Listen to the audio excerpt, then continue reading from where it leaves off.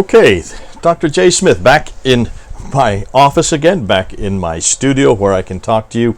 I prefer doing it here than in the other places that I have been traveling, and I have been doing an awful lot of traveling, unfortunately, here in the United States, not overseas, and in a car, so it's a lot more safe when you're in a pandemic.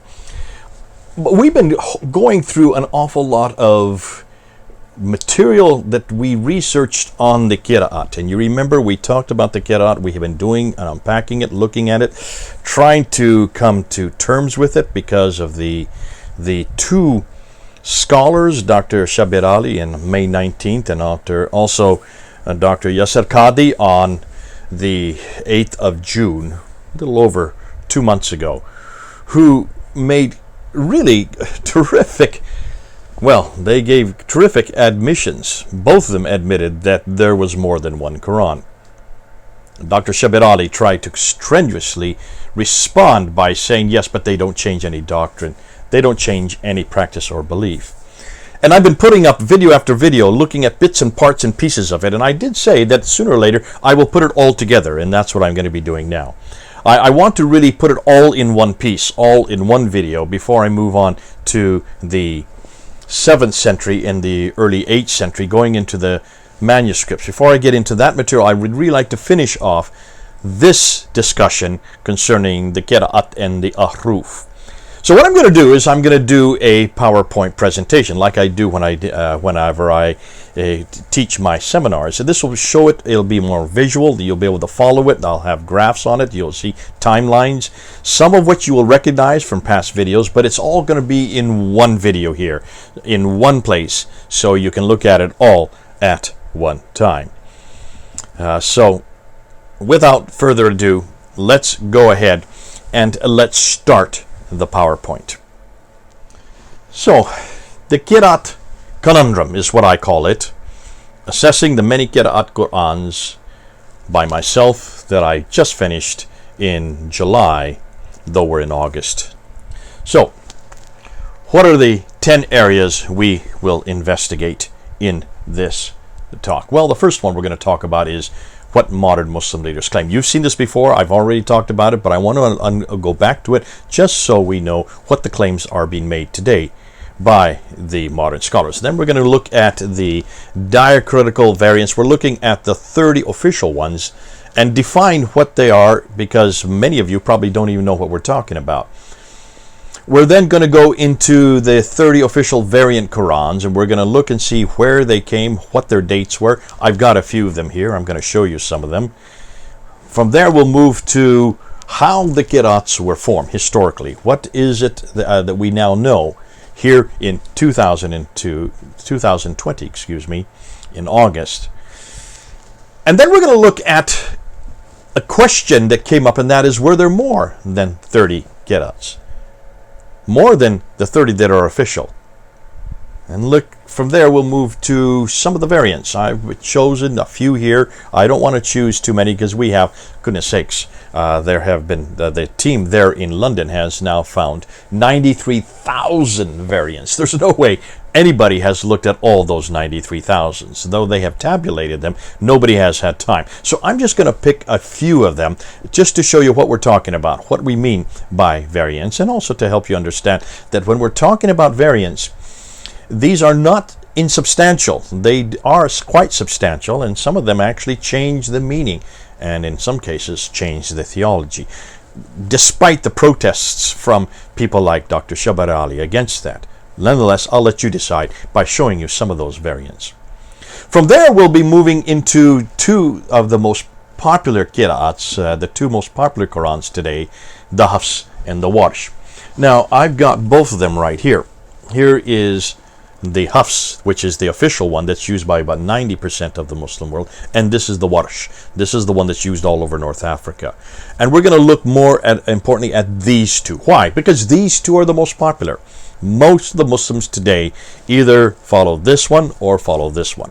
They are different, and we're going to find out that there are about 5,000 differences between just these two Qur'ans. And we're not talking about the translations. We're talking about the Arabic writing, the Arabic text between these two Qur'ans.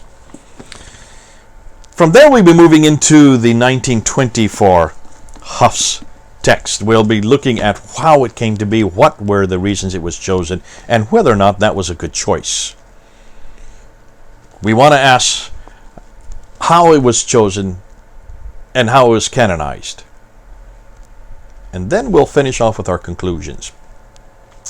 And the conclusions obviously will go into much more in depth as to what I am walking away with, what I think are the problems concerning this very discussion.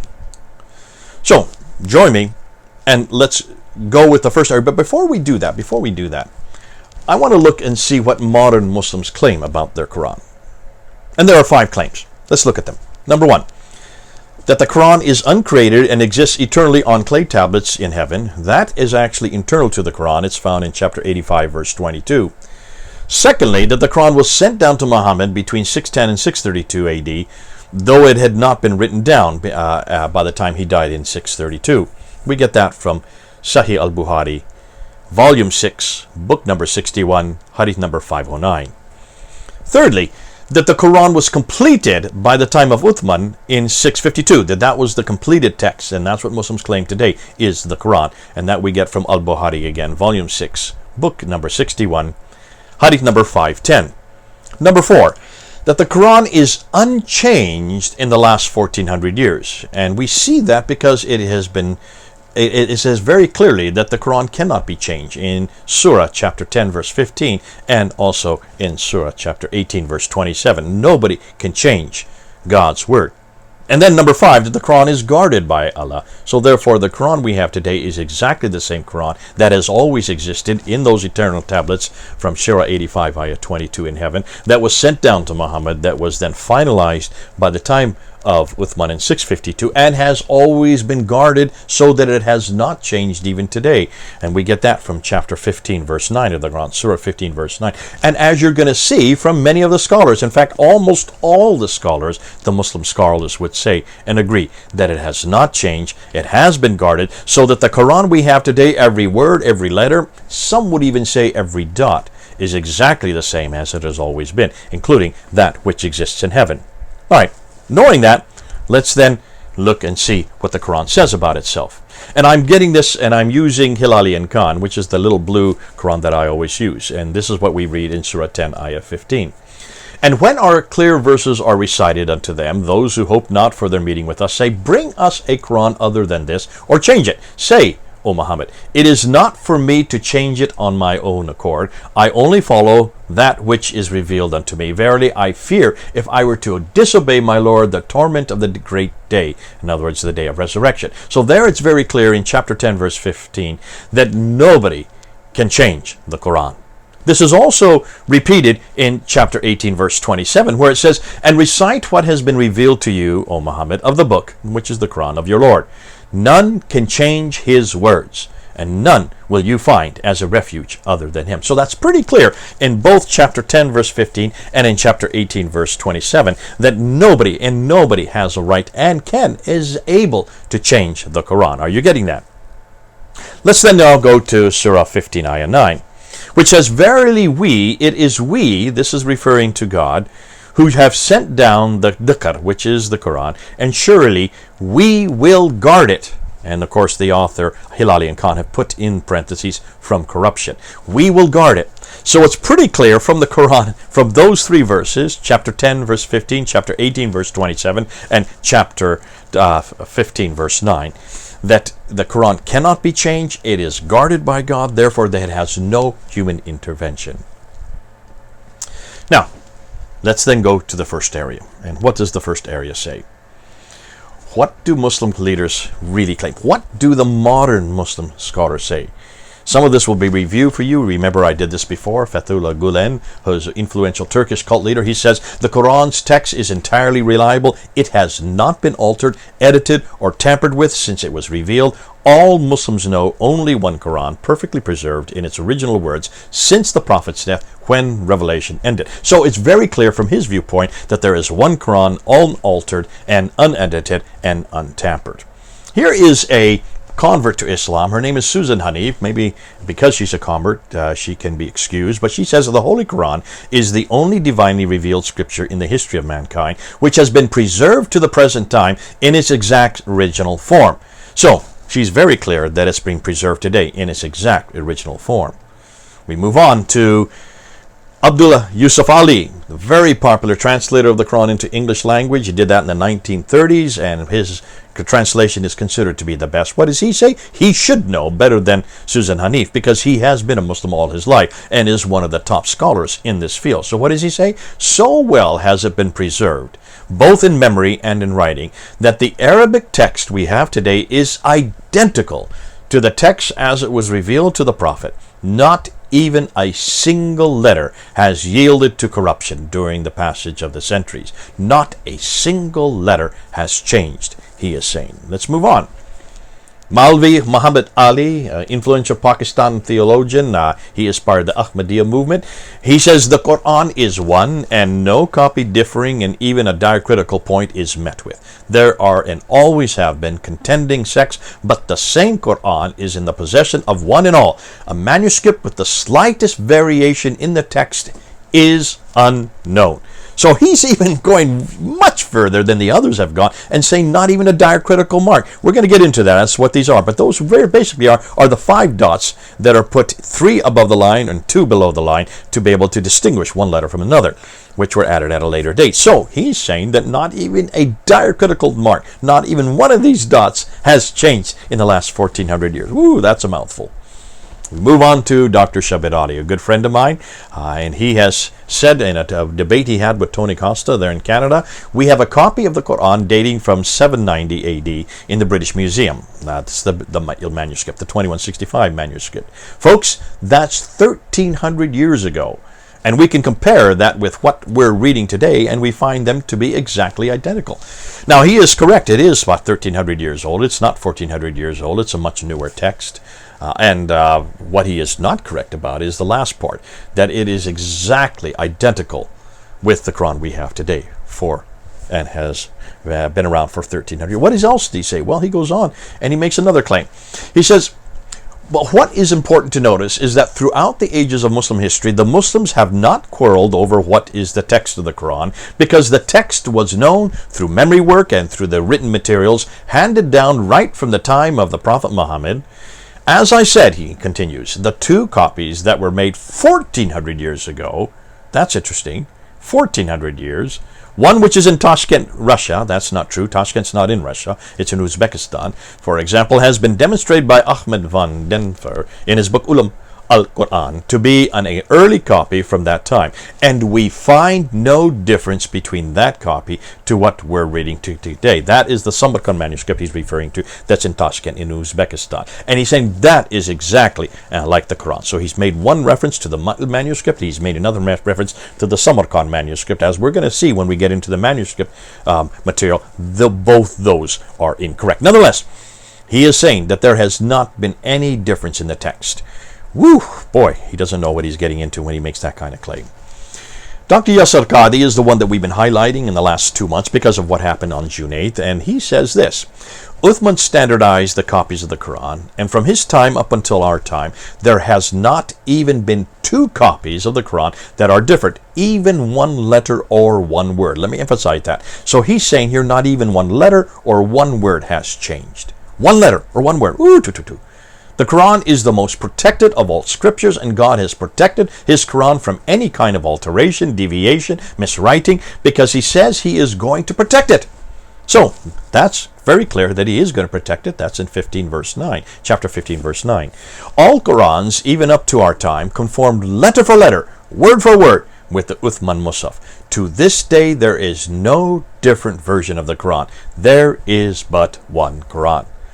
Now, can you see, with these kind of pronunciations, with these kind of references, you can see then why he got hung so easily and so quickly in that interview on June the 8th.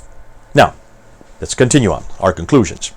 What do they all agree upon? Number 1, that the Quran we have today has not changed 1 iota since its inception 1,400 years ago. No word or letter has changed, is what they're saying.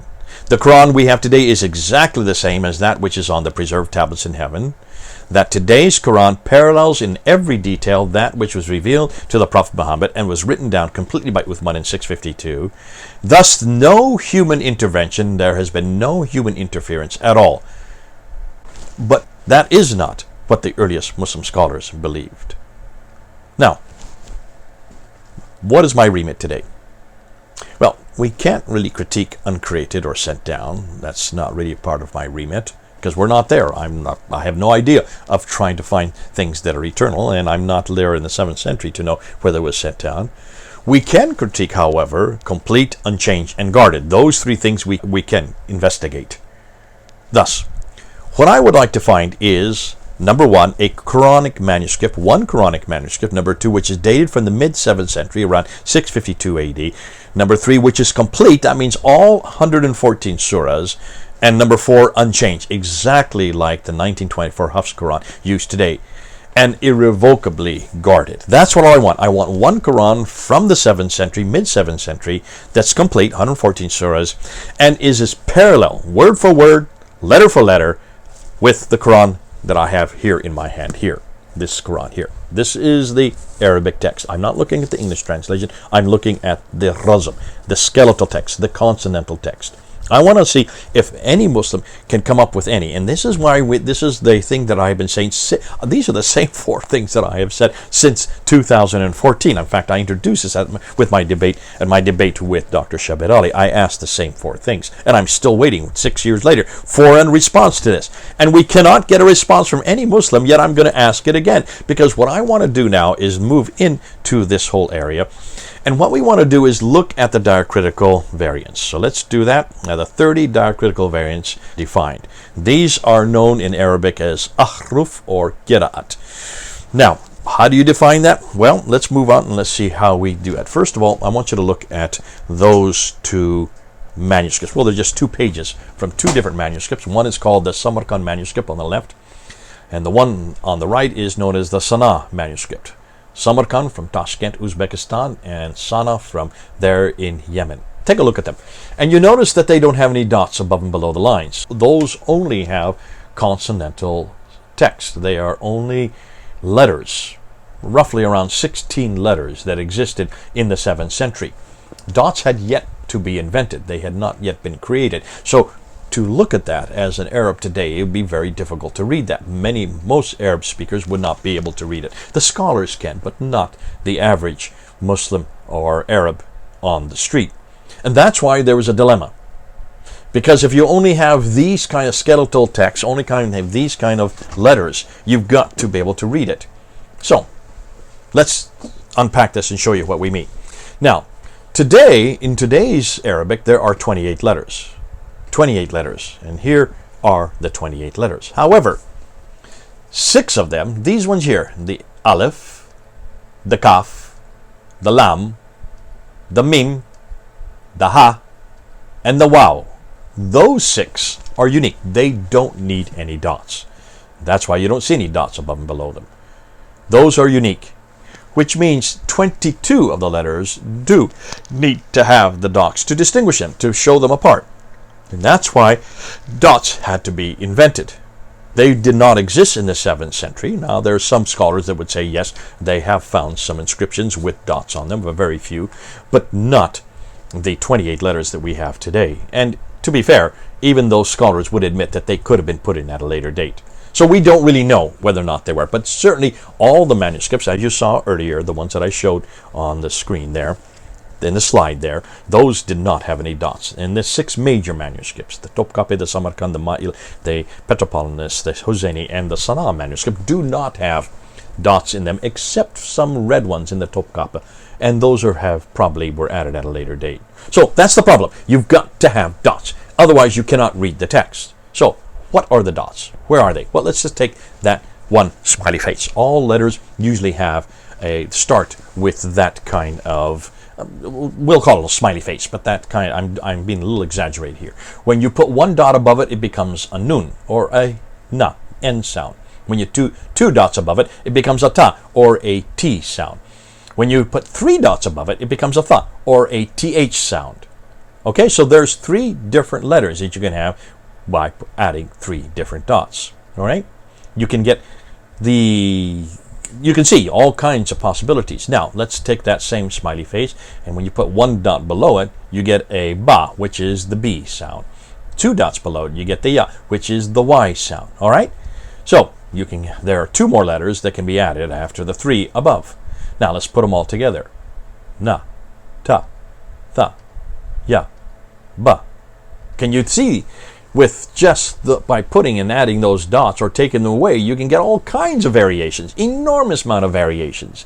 And so you can see why this is the dilemma. Once the dots were invented, then of course you had to decide which dots go with which letters to make up which words, which make up which sentence, and you can get hundreds, you can get thousands of variations depending on where you put the dots.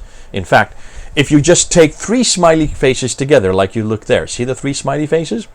If you put dots above and below the line, you can get upwards of 19 different words. It could be house, it sprouted, stayed over, a girl or a daughter, she built, stood firm, grew, we repent, he repents, she repents, he spreads, she spreads or broadcasts, we spread or broadcast, he fixed, she destroyed, we destroyed, you destroyed, it was destroyed, or I repented. So you can imagine that by putting the dots there, you can get so many different variations. You can imagine that what would happen when you have different people putting the dots there at their leisure, you're going to get enormous different results. And that is how the diacritical marks began and caused the dilemma that we have today. Now, let's then move on to the 30 official Qur'ans, variant Qur'ans. All right? Once you have all these dots. Now, did I talk about the vowels? There were 3 vowels as well. The dama, the kasra, and the fatha. The dama is the u sound. That's the vowel. The kasra is the e sound, which is below the line. And the fatha would be the a vowels. So you have the u, the e, and the a vowel. Those vowels were also added in the 8th century. And so with the 5 dots and the 3 vowels, then you get all kinds of variations, because when you start putting them in different words, they mean completely different things. And as a result, you have an enormous amount of leeway as to how you're going to write your text. You're going to write the Quran. So what are the texts that were then finally written down? Let's look at them, and let's look at the 30 official variant Qurans. Now, here they are, all on one slide. I put them all up here so you can see them, and I put them in different colors so you can by color coding them, you can see why they're important. And to be fair, I'm going to go through all these, but this is actually this list of names I got from Wikipedia. You can get it on Wikipedia. That's right out, open to the public. These are the 30 official readers and transmitters. These are the 30 official ones that are recognized by the Muslim authorities today. On the left side, you can see 1, 2, 3, 4, 5, 6, 7. Those are in green. Those are the 7 readers, the most important of the 7 readers. Nafi from Medina, Ibn Kathir from Mecca, Abu Amr, Ibn al-Ala from Basra, the city of Basra, Ibn Amir from Damascus, Asim Ibn Abi al-Najud from Kufa, Hamza al-Zalyab from Kufa, and al-Kisai from Kufa. Now, so you can see that 1 is from Medina, 1 is from Mecca, 1 is from Basra, 1 is from Damascus, and 3 are from Kufa. That we'll get into a little bit later as to why that's important.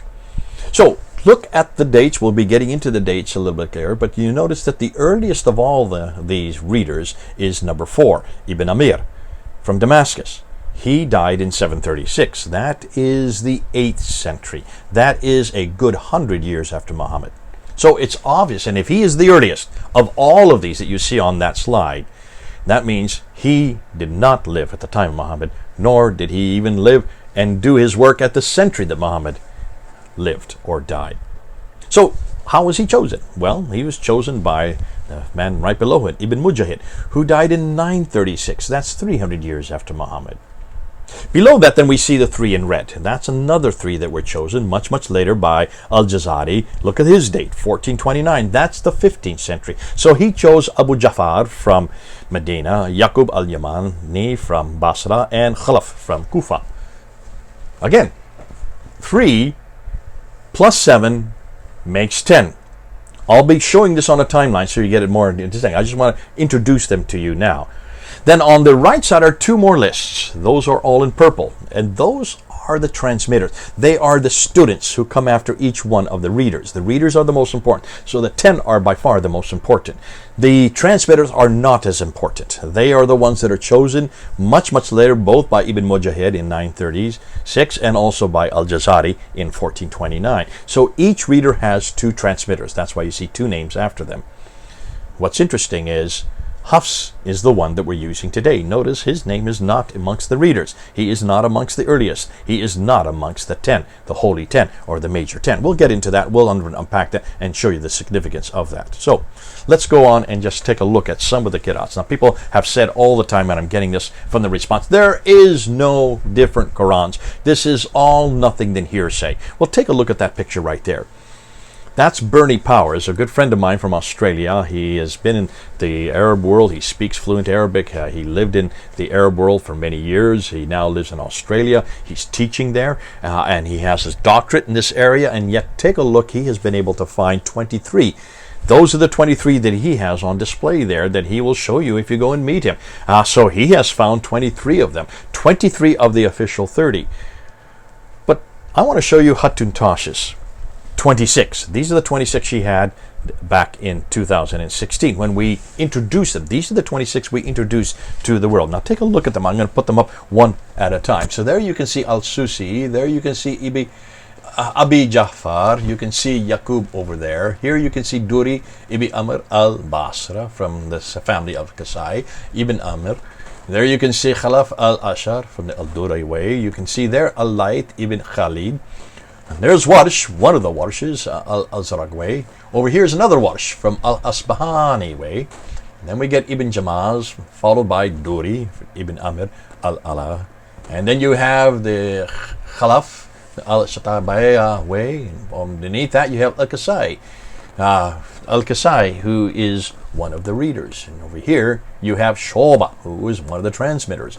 Over here you have Al-Imam Abd Allah ibn Al-Qatir al-Makil from Bazi, and over then on this side Hisham ibn Amr. Al-Bazi, again, Khalaf over here, and then Shoba from Ibn Abi. Al-Iman ibn Amir al-Damashq from Damascus, and Khalun al-Shamiyya ibn Qatir, he is one of the readers. Warsh again, Rao, another transmitter, Shoba, and finally Kalun, one of the transmitters. So those are the 26 that Hatun Tash has in her library. These are the 26 we held up at Speaker's Corner and caused such a furore, and that's when Muhammad Hijab probably saw them for the first time, and he went through a crisis of faith, and he tried to call out all the Muslims not to watch us, not to hear us. Why would he be calling out the Muslims not to watch us and to hear us if he himself did not know how to deal with this? You can see he was concerned by this, and that's why 4 years later, back on June 8th, he then asked about these different Qur'ans to Dr. Yasser Qadi, and you can look and see what happened after that. That's been up for 2 months now.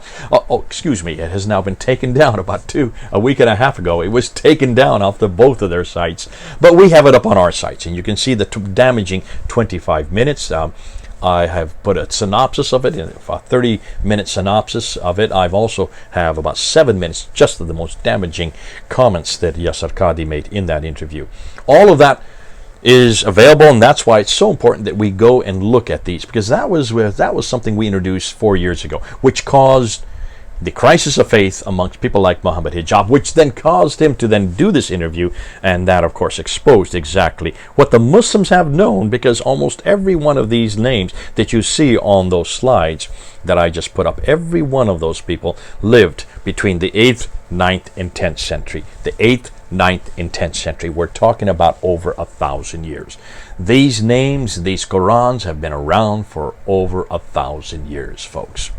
Now, here are the 37. This is a recent picture that Hatun sent me. These are the 37 that she has collected. You can see the 26 there. Added to that another 11. So she has now collected 37. Well, you might say, hold on a minute. There's only 30. I thought 30 official ones. There's others, and you'll see why once we get to Hafs later on.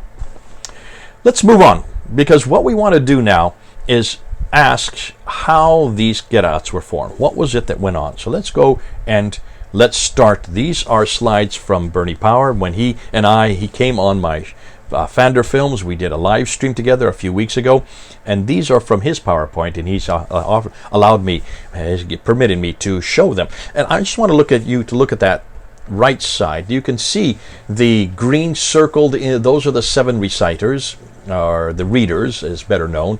Those are the 7 that all the Muslims talk about. Those are the 7 supposedly that existed at the time of Muhammad. But look at their dates.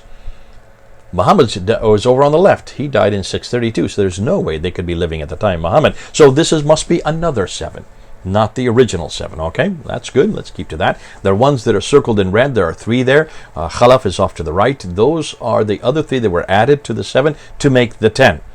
And you can see on the right side, those 10 then are the ones we are going to move into. Now let's look at this. I just want to unpack one of them, because what kind of generations did it get to one of those readers? Look at Asim, generation 3. Asim down there, he died in 774, so he died in the late 8th century. How did he get his material? According to tradition, Muhammad died in 632. He got it via Ubay ibn Ka'b and Uthman and Zayd ibn Thabit and Ali. So he got it through those who came through Abu Abdul Rahman al-Sulami, came then to Asim got him. Here's the problem. Generation 1 and Generation 2, we don't have anything from them. Nothing. Nothing exists from Generation 1, even Generation 0. We have nothing from Muhammad. We have nothing from Generation 1 or Generation 2. We only begin with Generation 3. So that's the first of the Qur'ans that we get. And Asim's is one of the later ones. He died in 774. So remember that as I'm going through this. Remember the dates, because the dates are going to show you why this is significant. Now let's go look at this one. Here is Nafi.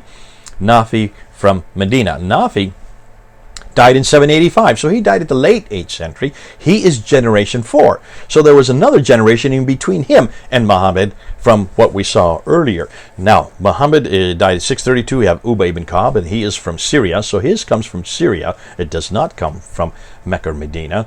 He goes through those other names for second generation, and then he goes through another generation, a 3rd generation, before he gets to Nafi. So Nafi finally writes it down in the late 8th century. But what happened to Generation 0, 1, 2, or 3? We don't have anything. It's all hearsay. It's nothing more than oral tradition.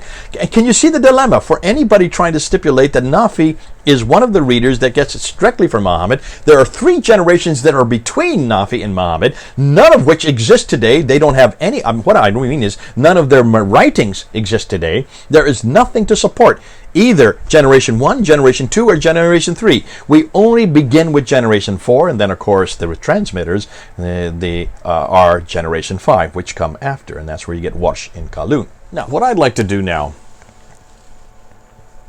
is go to and show you a timeline and put in the timeline the dilemma that we have in 2 different centuries. One, the 7th century, and then the 8th century. So let's go ahead and look at how the Qira'ats were formed in the 7th century, so to speak, okay? To do that, let's open up to the timeline. All right, here you can see Muhammad was born in 570 and dies in 632. Now, he received the Quran between 610 and 632, and he received that from Jibril, and that Quran would have been the Qurayshi dialect, because that's the only dialect he spoke.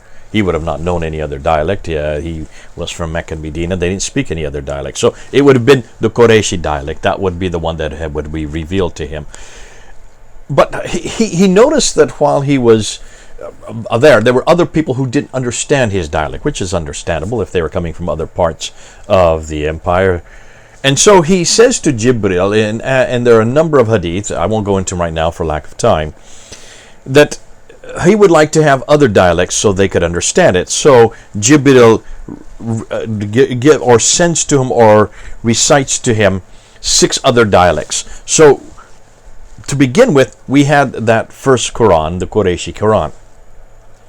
But when he asks for these other dialects, Jibril then gives him the other dialects, 6 different dialects, which is rather odd since Muhammad himself wouldn't have known those dialects. He never lived in Kufa, or never lived in Basra, or never lived in Damascus. These are the two cities in Iraq, the other city in Syria. He would not have known those dialects, so how would he even know how to then recite them? But nonetheless, that's what the traditions tell us. So 7 dialects are then given to Muhammad during his lifetime by Jibril, known as the 7 readings.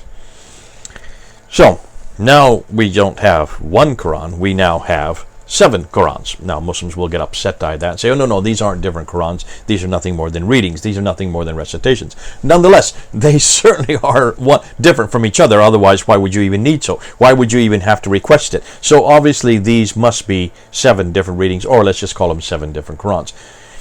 That existed at the time that he died, 632. We do know that right after he died, and we've already gone through this before, it's not for this session, but we do know that Abu Bakr then, when he died, had Zayd ibn Thabit, the secretary of Muhammad, write the first Quran, the very first one written down, because these were nothing more than recitations. They need to be written down, because at the Battle of Yamamah, 70 of them were killed who had been memorizing them, and the crisis existed. If you have everybody who had memorized it dies off, you're not going to have any Qurans left, and so that's why they had to have Zayd ibn Thabit write down that one Quran. That was given to Hafsa, one of the wives of Muhammad. She put it under her bed and kept it there for 20 years. Now we come to Uthman, the third caliph. And in 652, there you can see Uthman, in 652, he is having a battle, not himself, but he sends people to do battle up in Azerbaijan, up in the northeast. And the Muslims that leave from Medina and Mecca, who are Qurayshi Muslims, they would speak the Qurayshi dialect, they come across other Muslims who from Syria and from Iraq. And they battle together, but they go to the mosque and they recite the Quran. And of course the Meccan and Medinan Muslims who speak only Qurayshi dialect hear other Qurans or other dialects, and they get infuriated. They even come to blows, it says, according to some of the traditions. And so Hudayfa, one of the leaders, comes back down to Medina, and he says to Uthman, what are we going to do?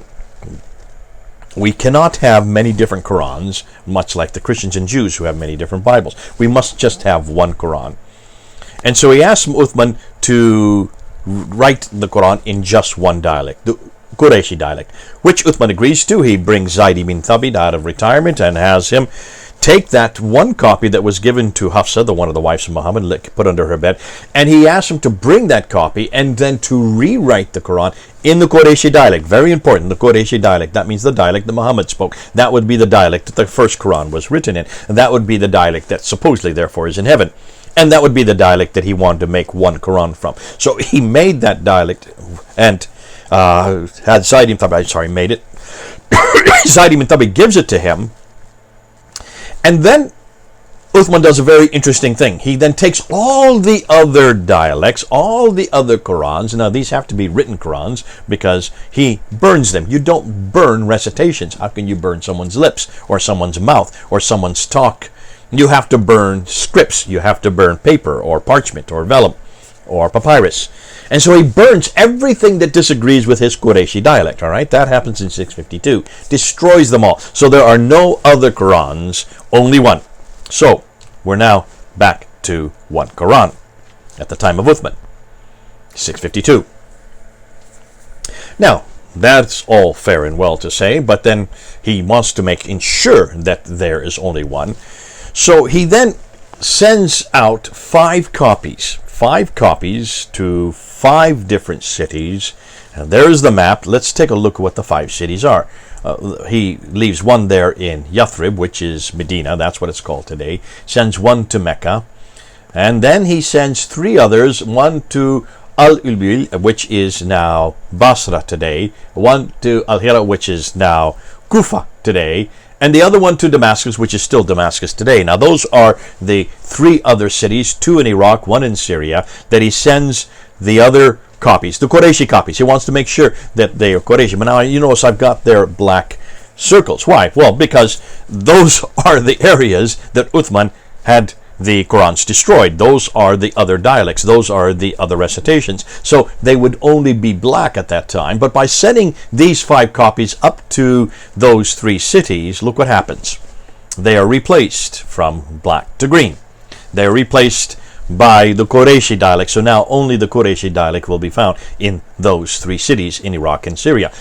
Therefore, by 652, or shortly after, he sends these 5 copies of the Qurayshi Quran, and he sends a reader with every one of them to ensure that only the Qurayshi will be read, only the Qurayshi will be used, only the Qurayshi Quran will exist. That's the one Quran that must now be all over, so that it will not have many different Qurans. Okay, that's the dilemma that has been solved in the 7th century. Hold on a minute. We're also told that there were other manuscripts. Ubay ibn Ka'b, take a look at that one in red. That Ubay ibn Ka'b's manuscript of the Quran becomes very popular in Damascus. We're told this by the traditions, by the way. And you notice I keep on saying the traditions. I'll come to that. Hold on. So the traditions also tell us that his Quran had 116 surahs. There's only 114 in the present-day Quran, so that's 2 extra surahs. And then there was another Quran that became very popular in Kufa. That was Ibn Mas'ud's Quran, and he only had 111 surahs. He didn't have Surah 1, he didn't have Surah 113, and he didn't have Surah 114 in his Quran. So already 2 different Qurans from 2 different cities, one Damascus, one Kufa, that did not have the same number of surahs as the Quran we have today, 114. A third man, he was from Basra. His Quran does have 114 surahs. His therefore does agree with the Zayd ibn Thabit Quran. Zayd ibn Thabit, who is from Yathrib. But hold on a minute, Zayd ibn Thabit from Yathrib, that one is not corrupted. It is the Qurayshi Quran. So here we have from the traditions that there are other Qur'ans that are not like the Qurayshi Quran that is circled in green there from Yathrib and Mecca. These 3 are from up north again. Are you seeing the contradiction here? Are you seeing the difficulty here? Because you're getting traditions that disagree with each other. 5 copies were sent to make sure that all the copies in all the other outlying areas are Qurayshi, and yet then we get references to 3 other Qurans that are not like the one that is there in Mecca and Medina in the Hijaz. So that's the 7th century. So a conclusion, from the one Quran that was given to Muhammad between 610 and 632, 7 then were created, well, including that one, so 6 others. So now we have 7 Qurans by the time he dies in 632. And then when Uthman comes to power, and in 652, he then eradicates all the others and brings it back to one Qurayshi Quran, sent to 5 cities with 5 readers to make sure that they remain Qurayshi. But then we get these traditions that seem to tell us, hold on a minute, there are those 3 that are up the north that don't agree whether or not they're Qurayshi or not. It's interesting. Hold on to that, because we'll be coming back to that later on. Let's now jump to the 8th century, because here's another problem. That's the 7th century problems with the Qira'ats. Well, let's go to the 8th century. And in fact, I'm going to put it up on the slide there and take a look at this timeline. I'm going to say it from the 8th to the 10th century. Because what happens in the 8th to the 10th century is different than what happens in the 7th century. Now, we've always been told that these 7 were the 7 that were revealed to the prophet while he was still living, so it had to be before 632. That's when he died. But that's not the names of the 7 that you're given whenever you ask a Muslim about them. Ask any Muslim, and I'll ask Muslims right now who are watching, what are the name of the 7? Who are these 7 recitations? Where are they from? Where do they belong? To do that, to understand that, we need to go to the timeline again. So let's go to the timeline. There you can see the timeline of the Qira'at Quran. Now let's start with Muhammad. Muhammad dies in 632. There you see his name. By that time, we know that there was 7 Qira'at, or 7 different recitations, or 7 dialects. So Muslims have a hard time understanding what these Qira'at mean. And then we know that it was brought back to 1 again, as we saw in the earlier timeline with Uthman. Uthman brought it back to 1 in 652. 652, he brings it to 1 and sends it to those other cities. However, hold on a minute. Take a look at this. Ibn Amir. This is the first of the 7. This is the first of the 7 that is written down. His name is Ibn Amir from Damascus. 736. Look at his dates. Now, I have Ibn Amir here. In fact, let me just show you. I have Ibn Amir right here. This is Ibn Amir. See? Qira'at Ibn Amir. Right there in the Arabic. You can read it. Or if you can't, now you can read it. I just bought this. I just got this 2 weeks ago. You can buy it online. You can buy these Qira'at. They're not trying to hide them. They've been around for 1,000 years, as you can see from the date that's on the timeline. I just bought 7 of these different Qira'at. 4 of them of the ones I'm just going to show you now. And this is the first. So he is the first, and he is the one that writes down the first Quran, the first Qira'at in 736. 736, go back to the timeline. That's a problem, right? Why? Because 736, well, that's a whole 100 years after Muhammad. Over 100 years after Muhammad. If Muhammad dies in 632 and he dies in 736, and you assume that he does his work within the last 20 years of his death, that means he didn't even do his work, he didn't do his writing in the same century that Muhammad lived. So this is the 8th century, almost 100 years later, you get the first of the Qur'ans, the first of the Qira'at Qur'ans written down. And then you get Ibn Kathir. Well, I've got Ibn Kathir as well. Here's Ibn Kathir. Ibn Kathir is from Mecca. Ibn Amir is from Damascus. So the first one, the earliest one, is from Damascus. It's not even from Mecca or Medina, but the second one, 738, he dies in 738, and his is from Mecca. So he would be Qurayshi. This would be a Qurayshi dialect, okay? This comes, again, over 100 years after Muhammad. Let's go back to the graph again. And then we have Asim ibn Abi al-Najud from Kufa, for that's Iraq, and that's where Hafs is going to come in. But hold on a minute, let's talk about that later. So there you have Asim, and then you get Abu Amr ibn al-Ala. Now, what's interesting, his is 770, so you're getting quite almost way into the 8th century. After him comes Hamza az-Zayyat. He is also from Kufa. And then we get way up there, Nafi from Medina. Now, he would be Qurayshi, like Ibn Kathir, who's from Mecca, and he's from Medina. They would be both Qurayshi. And then we end with the last of the 7, Al-Qasai. Now, I have Al-Qasai. Here he is, right here. Qira'at Al-Qasai. You can read it there in the Arabic. So his would be the last of the 7, the holy 7, the amazing 7. There they are on the graph. So these are the 7 that are from the 8th century. None of them are from the 7th century. They all begin to appear about 100 years after Muhammad. So when you ask Muslims, are these the 7 that Muhammad received? And they say, yeah, these are the 7 because they're the same number. No, they're not. Take a look at the dates. So did Muhammad choose these 7? Almost every Muslim I ask this question, they say, yes, Muhammad. No, he did not. So who chose these 7? Go to the timeline again. There he is, Ibn Mujahid.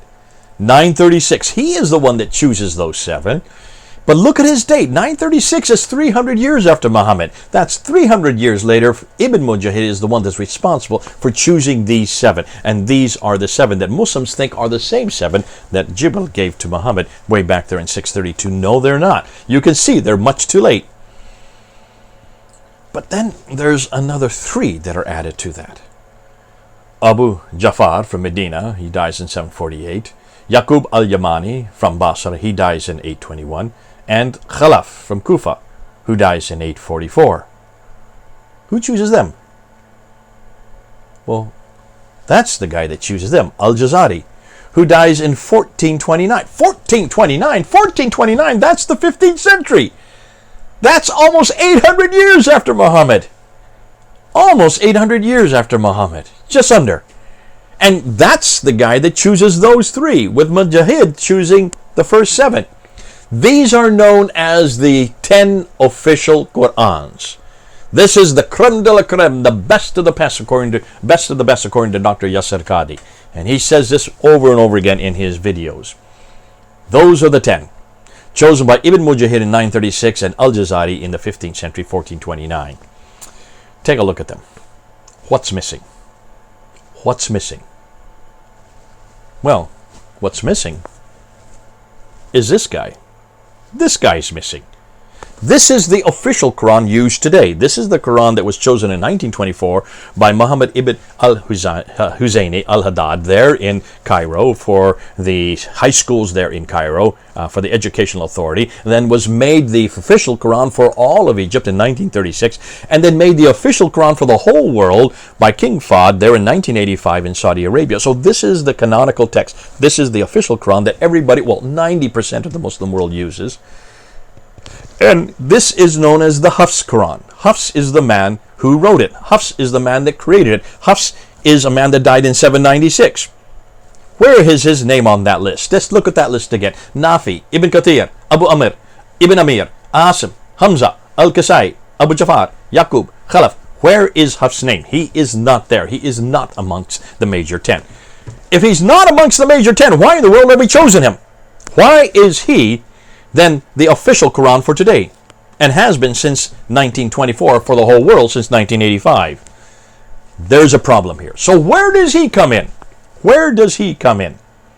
Well, let's just look at the back, and I want to just put up Abdul Malik. Take a look at Abdul Malik. Notice that all of these 10 come after Abdul Malik. I'm going to keep reminding you about Abdul Malik. You'll see I have an agenda here, and I'm going to keep slapping him up and down every once in a while on these timelines, because I want you to remember that everything we know about Islam, everything we know about the Quran, everything we know about Muhammad, or the people called Muslims, or the religion called Islam, comes from him. And notice all of these are after him. All of these that you see listed on the screen there are after 692. Not one of them is before 692. Nonetheless, what then and where does Hafs come in? Or even Warsh come in? Warsh is the second most popular. To understand that, let's go back to the timeline again, and let's look at them, because there are more. There are a lot more. There you have Qalun and Warsh. They come from Nafi. So they are what we know as the riwayat. These are the rawis who come, or the students, or the transmitters. They're given many different names, but they are the ones who come in the family of Nafi from Medina. So they must be from Medina as well. Well, no, Warsh is from Egypt. So that doesn't even work. But more than likely, what you will find is they all come from the same city that their master comes from. Now, they don't know the master necessarily, because you can see by their dates that they weren't always around at the time that master was living, but they are supposedly within his school. However, the fact that they have different names and the fact that they have different Qurans suggests very clearly that they don't have the same Quran as even their masters, which is in and of itself a curiosity. Let's look at Ibn Kathir. What are his two transmitters, or Riyadhs, where you have Al-Bazi, who died in 864, and Qunbul, who died in 904. That's the 10th century. You can be pretty well sure that he knew nothing about Ibn Kathir, never met him, but nonetheless, he is from the same school, though he has a different Quran. None of his, or Al-Bazi's Quran, is like Ibn Kathir. When you get to Abu Amr from Basra, he has two, Al-Duri and Al-Susi. When you get Ibn Amir from Damascus, he has two, Hisham and Ibn Dakwan. When you have Asab ibn Abi Najud, you have there Shuba, and there is Hafs. Now, I have Shuba here. Here is Shuba. Now, here is Warsh. Actually, I have Warsh as well. And then you can see Shuba here. There is Shuba. So I have Shuba. Those are two of them. And I also have, looks like I have Qalun. So here is Qalun. He is one of the readers, or sorry, one of the transmitters from Nafi. Also, I have Warsh. So these two are two of the transmitters from Nafi. These are the two that come many years after. Nonetheless, these are in the same stable, yet they are not the same. They are not the same. Odd, isn't it?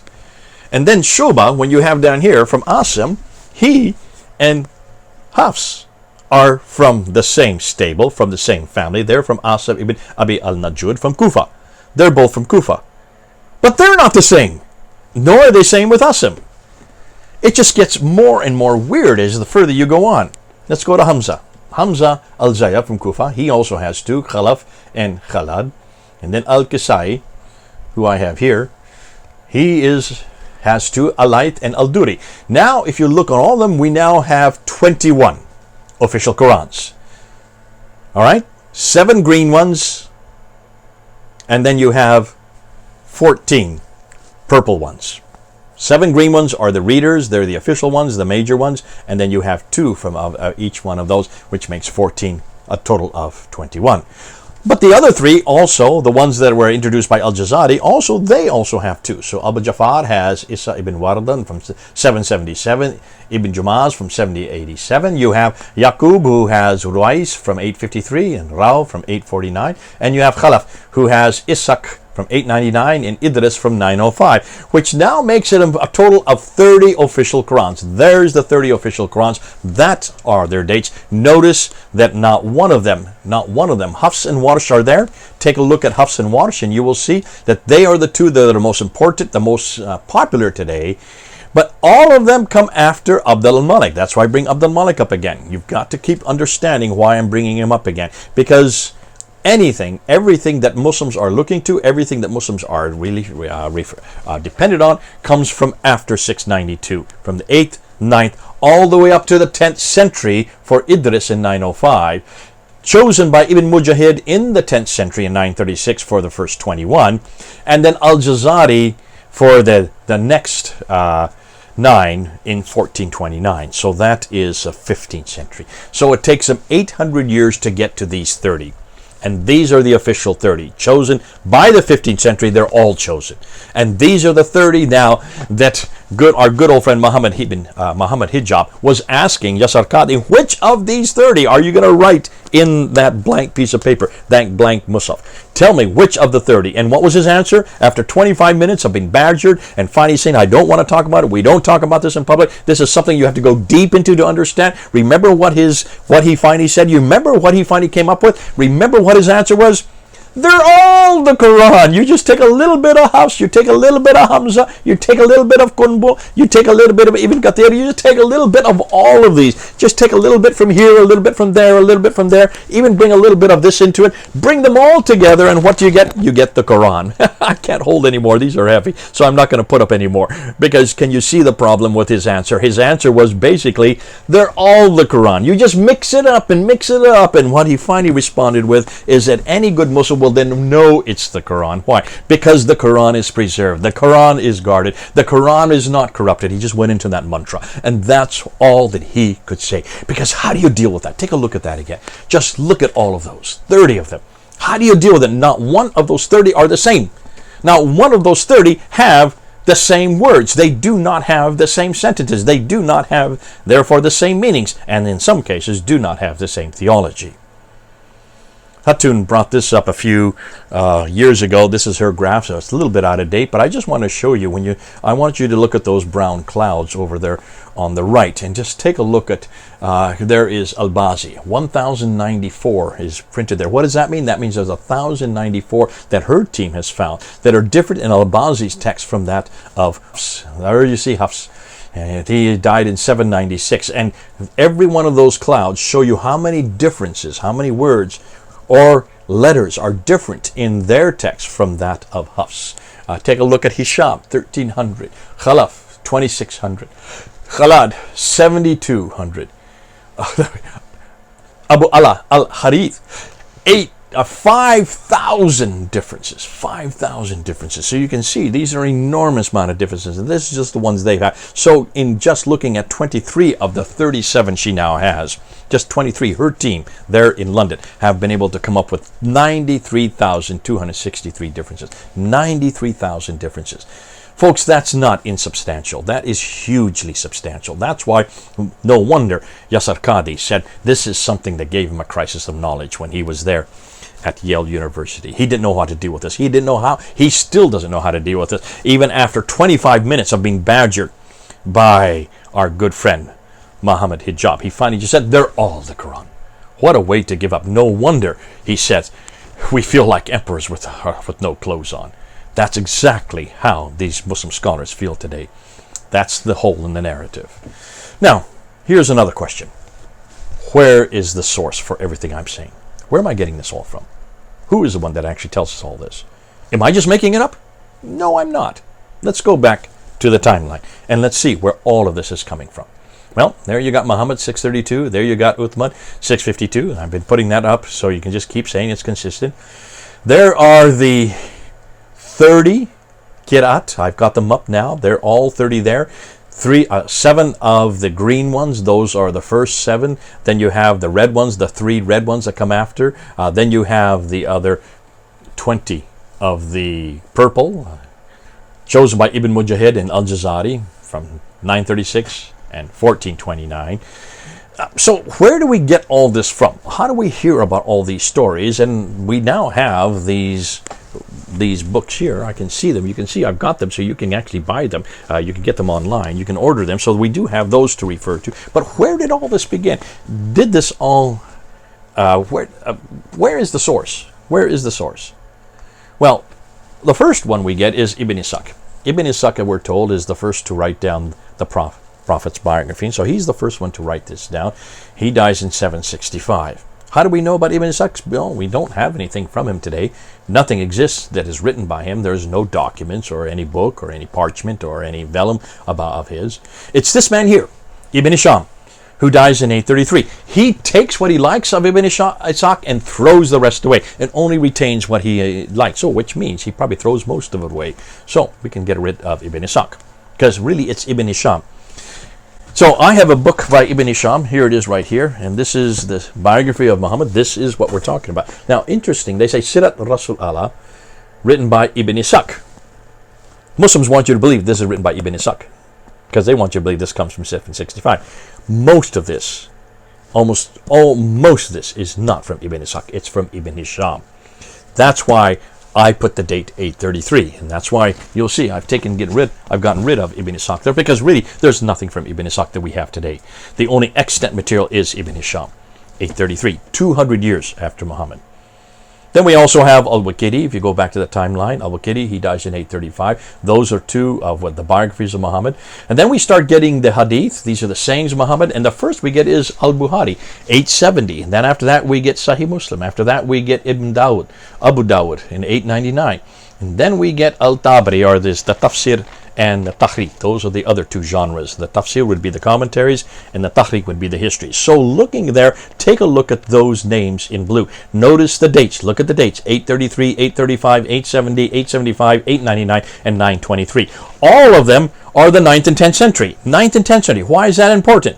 Well, remember Abdul al-Malik again? Remember I said everything we're going to find out about Islam, about everything we know about who Muhammad was, what he did, what he said, where he went, where he lived. All these stories that surround his life do not come from his time period, do not come from any eyewitnesses. They only begin to appear with Ibn Hisham.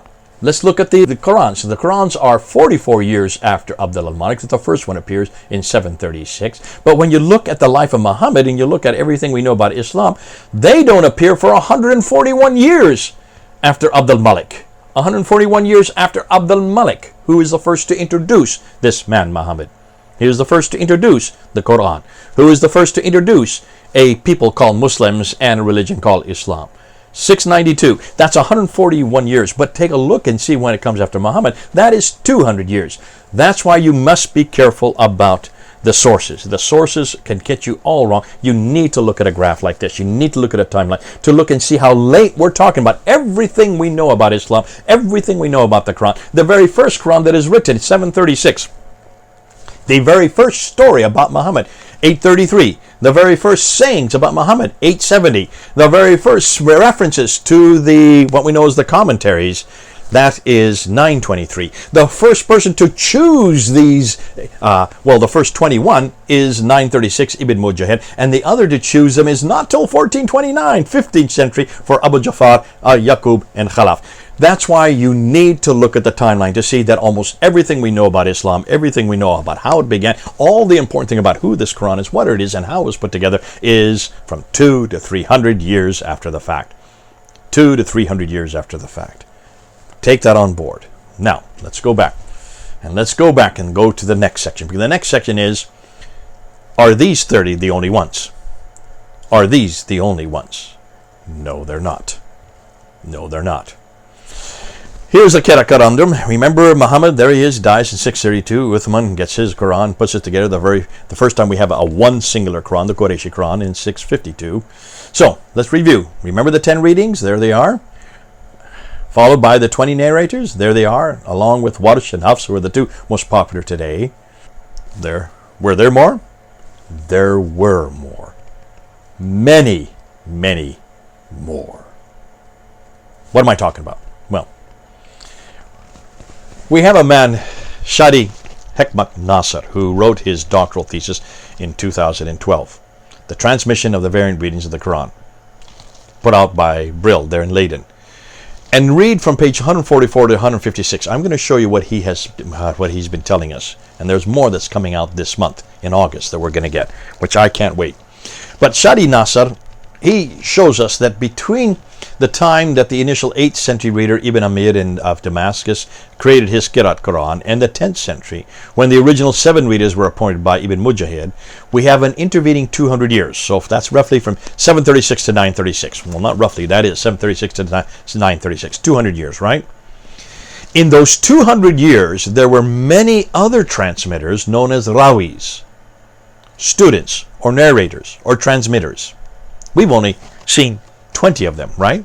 We thought that's all there is, just 20 of them. 2 for each of the 10. No. According to Nasr, there were many, many more. In fact, so many that it became a crisis, forcing Ibn Mujahid to appoint just 2 transmitters for each of the 7 canonical readers. Let's review. Now remember, there they are. Those on the green, the red, and the purple are the 30, right? And then we've always been told that Ibn Mujahid and Al-Jazari chose the 10 readers and the 20 transmitters. That's what we've been told, right? That's just a review of what you've already seen. However, now we find that there were other scholars besides Ibn Mujahid who chose the rawis from the initial 7 readers. Al-Dani, for instance, who died in 1053, so he was just about 100 years after Ibn Mujahid, he had a separate list of rawis, transmitters. For Nafi, he had 4 rawis. For Ibn Kathir, he had 3 rawis. For Abu Amr, he had 2 rawis. For Ibn Amir, he had 5 rawis. For Asim, 4 rawis. Hamza, just 1 rawi. For Al-Kisai, 5 rawis. A total of 24 rawis, or narrators or transmitters. That's 10 more than Ibn Mujahid. So Ibn Mujahid is not the only list. There were other lists. Al-Dani, for instance, died in 1053, writing in roughly 100 years later. But that's not the only. There's yet another scholar, Abu Ali al-Maliki, who died in 1046. 10 years later, he also had a separate list of rawis, or transmitters. For Nafi, he had 4 rawis. For Ibn Kathir, he had 2 rawis. For Abu Amr, he had 3 rawis. For Ibn Amir, he had 2 rawis. Asim, 2 rawis. Hamza, 4 rawis. Al-Kisai, 8 rawis. A total of 25 of these narrators or transmitters. That's 11 more than Ibn Mujahid. Ooh, So you can see this is not the only list we're talking about. There are other myths that were coming out of the tradition that show us that they weren't even in agreement. But what are these rawis, these transmitters? What are we talking about? Well, Nasr helps us out. And he says, usually they were chosen, these rawis, by the largest number of students who come after them. In other words, they were chosen by being the most popular. Isn't that rather odd? You choose someone's text because he's the most popular, because he has a lot more of these lines coming to him and a lot more leaving him, because not a lot more that followed him. But even those that followed him didn't agree with him. But yet you choose him because he's so popular. That's a reason for choosing someone's text? That is not textual criticism, folks. Textual criticism has nothing to do with popularity. It has to do with which text is closest to the original, or that which is the least deviant. This is what we do with biblical textual critical analysis. We always look at later texts and delineate which of these later texts were exactly like the former.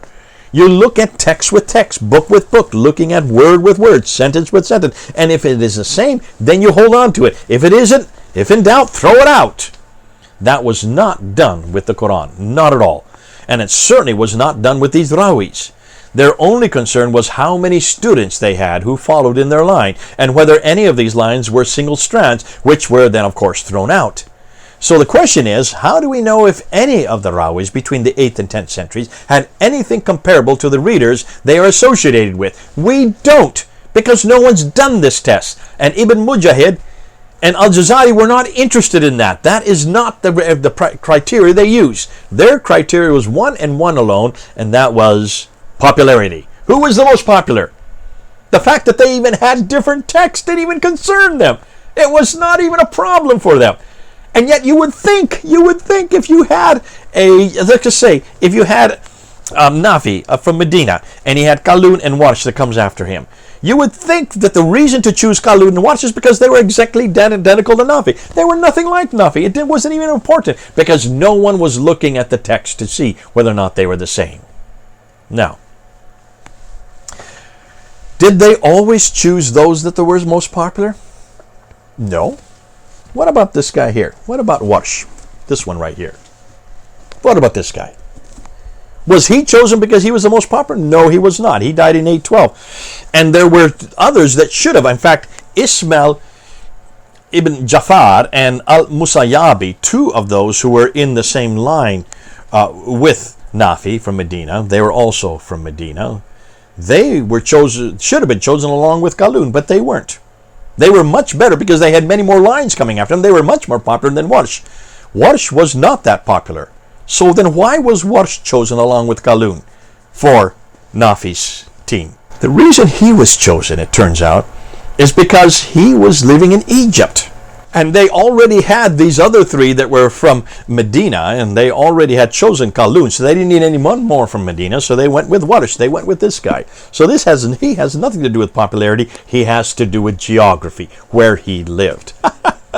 You can see, even that is not consistent. Now, according to Nasser, there was also Al-Dani, also lived and studied in Egypt, and that's one reason why they chose him, because Al-Dani wanted him. Thus, Warsh was chosen because of where he lived. It had nothing to do with his ability or whether he had a better Quran or even if he had a large number of followers, but simply where he lived. Oh, dear. So, how many of these intermediary rawis were there? Well, were there more than 20 or more than 30? Let's see what Nasser shows us using some of his graphs. Here's the first one. Here's the Qira'ats between Ibn Kathir from Mecca and Ibn Mujahid. So between 738 and 936. So there you have Ibn Kathir, and here you have Ibn Mujahid. Take a look at all those names. What did Ibn Mujahid choose for the two transmitters, or the rawis? For Ibn Kathir, he chose Al-Bazi over here, and he chose Kunbal over there. What could he have chosen? Well, if you look at all of them, that's 59 different Qur'ans. That means he could have chosen any one of those 59. He only chose those two and threw the other 57 away. They were all individuals who wrote their own Quran. So every one of those names that you see on that graph there were different students that had come from the line of Ibn Kathir, though they didn't know Ibn Kathir, but they came from his same stable, and only Al-Bazi and Kunbul were chosen because only two could be chosen. That's 59. Let's look at Nafi here and Ibn Mujahid. So between Nafi and Ibn Mujahid, 785 to 936. Who did he choose? Well, as I said earlier, he chose Qalun and he chose Warsh. And the reason he chose Qalun is because he came from Medina. He could have chosen Al-Musayyabi, who you see a little over there to the left, or Ismail ibn Jafar. He should have chosen those two who are further to the left, because they're also from Medina, but they had much better lines. Look at all the students that come underneath him. But no, he chose Warsh. And the reason he chose Warsh is because Warsh was from Egypt. So, 63 different Qira'ats, Qur'ans, that were in that family. All written down. Every one of them written down, and none of them like Nafi. Now, let's look at another one. So now, here you have Abu Amr ibn al-Ala. He is from Basra. And there's Ibn Mujahid again. Which is the two that he chose? He chose Al-Duri and Al-Susi. He could have chosen 65. There were 65 in that family of reciters. 65, but he only chose 2, throwing out the other 63. Now let's stop with one more. Asim. Asim from Kufa. There's Ibn Mujahid there. Who did he choose? Well, he chose Shoba, who I have here, and Hafs, which I also have here. How many could he have chosen from? There were 91 different Qira'at Tarawis. 91 of them. Every one of them written down. 91. He threw out 89 and only kept those 2. So let's look at this and let's just conclude with this. Well, we know the Qira'ats between Ibn Kathir and Ibn Mujahid were 59. We know that the Qira'ats between Nafi, Medina, and Ibn Mujahid, there were 63. We know that the Qira'ats between Abu Amr and Ibn Mujahid were 65. And we know the Qira'ats between Asim and Ibn Mujahid were 91. Total of 278 if you add those 4 up. If you want to therefore average them out for the 4, that would be 70 per the readers. That would be a total of almost 700 different written Qira'at Qurans for the 10 Qira'at narrators. We're just looking at 4 of them out of the 10. If you have 10 of them, and they average about 70 per reader, that would almost be 700. 700. Ooh, we could be looking at 700 different Qur'ans. 700 different Qur'ans. We only have 30 official ones, but they were chosen out of 700 of them that they could have chosen it. Folks, can you then see why there's a huge hole in the narrative and why Yasir Qadhi says we do not talk about this in public. Please don't ask me this. Please don't have me put an answer. And yet he was willing to say at the end of that interview that all of them are the Quran. Is he willing to say that all 700 are the Quran? All 700 of them? Can you see? It just gets better and better and better. That's why this is making my job so easy. Let's move on. Let's move on.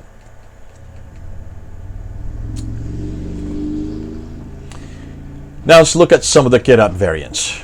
And these ones, I'm just going to go through a few of them. I'm not going to show you too many of them. But I want to show you one here. Let's start with this one. This is Surah 2, Ayah 10. On the left you have Yaksibuna. In their hearts is a disease, and Allah increases their disease. A painful doom is theirs because they lie. The Warsh you have, in their hearts is a disease, if Yokazibuna, which means in their hearts is a disease, and Allah increases their disease. A painful doom is theirs because they accuse others of lying. So, significance. Are they doomed because they lie, or because they accuse others of lying? It seems like the person doing the action is contradictory here.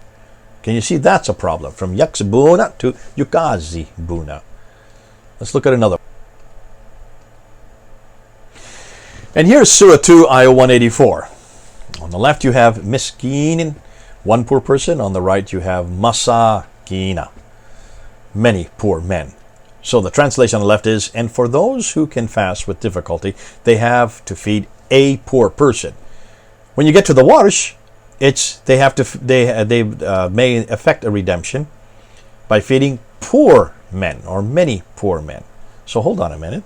For those unable to fast, can they feed one poor man or many poor men? Well, this has a theological problem because as far as a practice is concerned, this has completely different practices. If you just only need one poor man to get redemption, or many poor men to receive redemption, then you can see this would have a huge amount of difference on what practice you're going to do. Which one is it? Which are the one they're going to do? Well, you can see that's a problem. Now here's another one. And this is Surah 3, Ayah 79. Tu'alimun, you teach. Translate, be your rabbiniyun, because you are teaching the book and you are studying it. Versus the Warsh, ta'lamun, which is you know. Be your rabbiniyun, because you know the book and you are studying it. Significance, do believers teach the book, or do they simply know the book? Now many people can know a book, but are not capable of teaching it. So you can see here, this has a huge difference in meaning. Also, it would have a difference of theology, whether or not just to know something or to teach it would create you as a rabbi in this case. Chapter 3, verse 83. The Hafs is Yabguna and Yurja'una.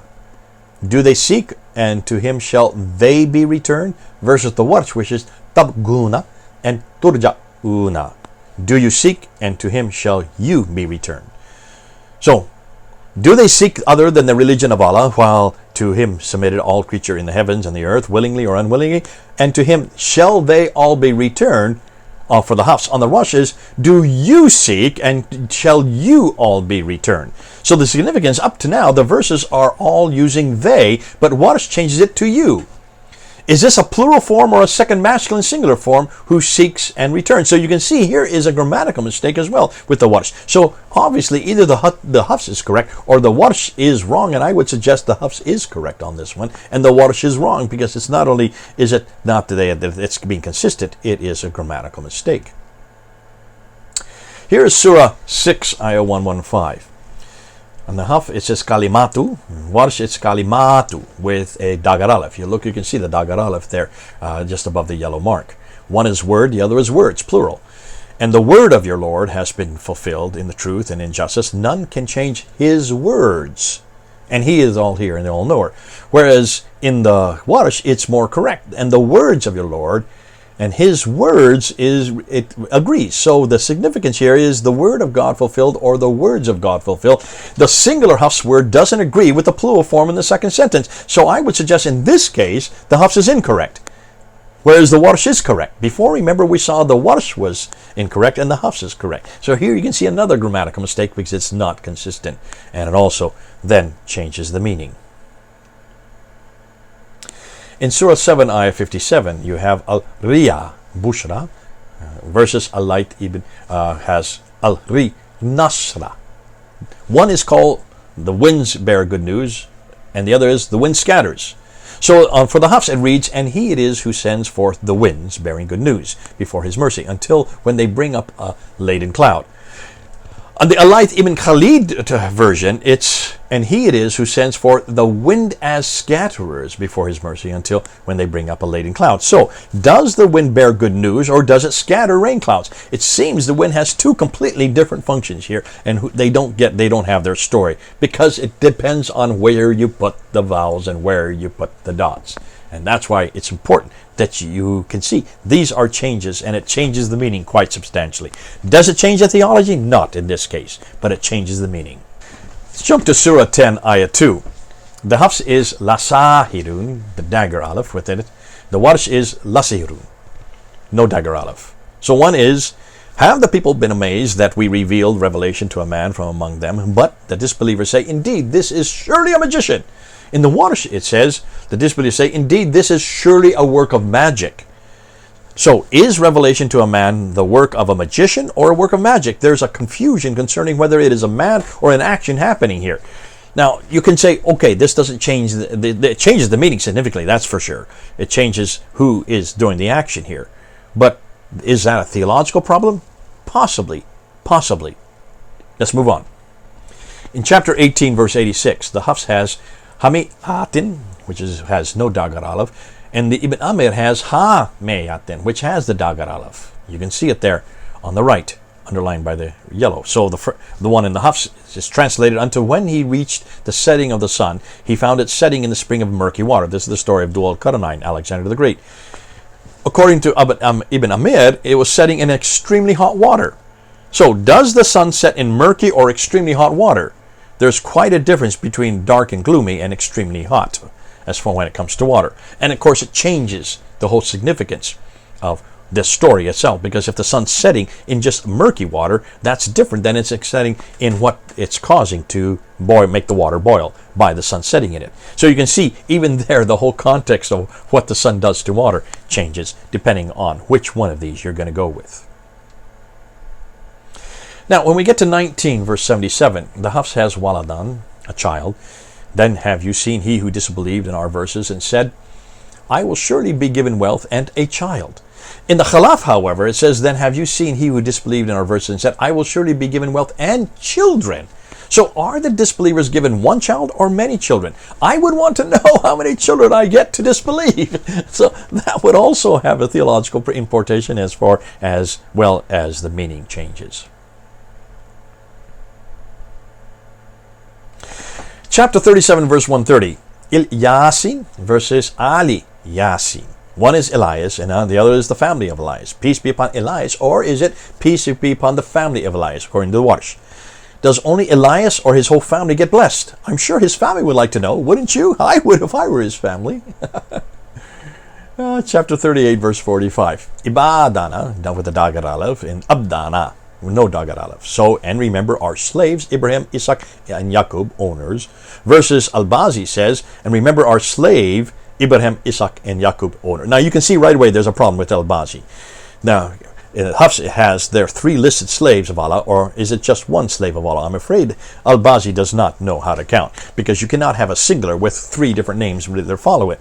So that's a grammatical mistake. That would change the meaning. It would also change the fact that God did not guard it very well, if he can make that kind of mistake. Now here you have chapter 47, verse 4. Hafs has Kutilu versus Katalu. One were killed and the other was fought. And the ones who have been killed in the ways of Allah, then He will never send their deeds into error. Versus the Warsh, which says, and the ones who fought in the way of Allah, then He will never send their deeds into error. Now the significance is, are we rewarded for being killed or simply for fighting? Given the choice, I would prefer simply fighting to being killed. So I would rather go with Warsh on this one than Hafs. Hafs is much more dire because it means I'm going to be killed. Not so with Warsh. That would have a theological implication, and you can see this is one reason why you need to be consistent. It's obviously they're not consistent. Someone's changed it. Did Warsh change it or did Hafs change it? Both of them are nothing more than transmitters. Either one could have changed it. Let's just see which one they go with. We go with the Hafs on this case because the Hafs has been chosen. In chapter 49, the Hafs has fata bayanu, verify it, and the Khalaf has fata thabatu. One is verify it and the other is stand firm. O you who believe, if a rebellious evil person comes to you with news, verify it, lest you harm people in ignorance. Or do you just stand firm? Do we verify a bad person's news or stand firm? Verifying news is more practical than just standing still and doing nothing. You can see that has a huge change in meaning. I think that's enough. We've gone through quite a few. Let's compare then the Hafs with the Warsh. So we have the Warsh here, and we have the Hafs. These are the two. Let's compare these two. And let's do a quick comparison because I don't want to spend too much time on this. This is all from Bernie Power's material. Comparison of the Arabic text of the Hafs and Warsh version of the Riwayats revealed many differences. One Islamic website only identifies 51 variations, but the team there in Australia, when they looked at the Warsh and the Hafs, they found 120 consonantal or long vowel or symbol differences which affect the meaning of the words. 120. Folks, I just went through a few just before this. They found 120 of these. More than that, there are over 5,000 short vowel or diacritical marks differences between these two books, between the Warsh and the Hafs. That's why you've got to take this on board, folks. And Muslims who are listening to me, please, please, please do not say there's no difference in the meaning. Do not say there's no difference when you look at what we're showing you here. He goes on and says that the difference in the numbers of letters or symbols, some letters or symbols are missing from the Hafs. I'll show you the columns in just a bit. But included in the Warsh version. Some letters or symbols found in the Hafs version are missing from the Warsh version. Sometimes they have the same number of letters and symbols in a corresponding word, but they are different letters or symbols. So you can see these are things that we need to look at. Let's take a look at this graph here. This is type A that he refers to. Now these are changing the meaning of nouns, and there are 11 instances that he has. Only 9 of them are up there on the screen. So you have one on the owner on the left versus the king. That's the most common one, chapter 1, verse 4. Or a bird versus flying, means of support versus valuable, the peace versus the greeting, good tidings versus proclamation, indeed a magician or indeed magic. We went through that all one. Keeper versus preservation. You can see this changes the meaning in every case. So these are very much different, shows the difference. Here's another one, type B, changing nouns from singular to plural. There are 30 instances that they found here. He's just giving 8. Could be a poor person or poor people. We went through that one.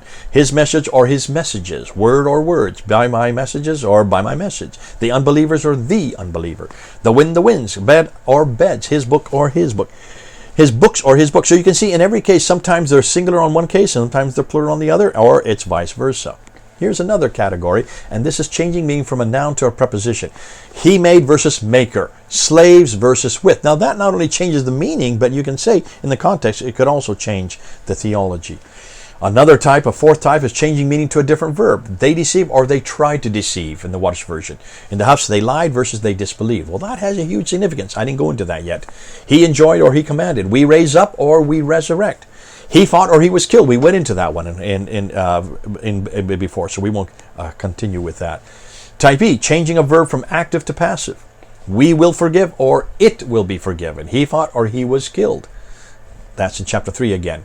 Are led astray or he leads them astray. And we continue on. We accept, we overlook, it is seen, they are killed, it is accepted, it is overlooked, you see, or they fight. Kill versus fight, huge meaning if you're a person that has a impact on. Type F, changing a verb from a second person singular, you, to a third person singular, he. And here are 7 inches, and they only have 6 up there. He sees, you see, you think, he thinks. He saved us versus you saved us. And you can go on and on. I don't want to spend too much time on this because it does get tedious. What you see type G here, changing a verb from a first person plural, we, to a first person singular or second person singular, you, or third person singular, he. And you can see he has arrows going where they change it all over the place. And that's why in every case, it does make the difference. It does change the meaning. In some cases, it changes the belief. In some cases, the practice. Another case, type H, where changing the verb from a second person plural, you, to third person plural, they. There are 23 instances. He only has 22 listed there.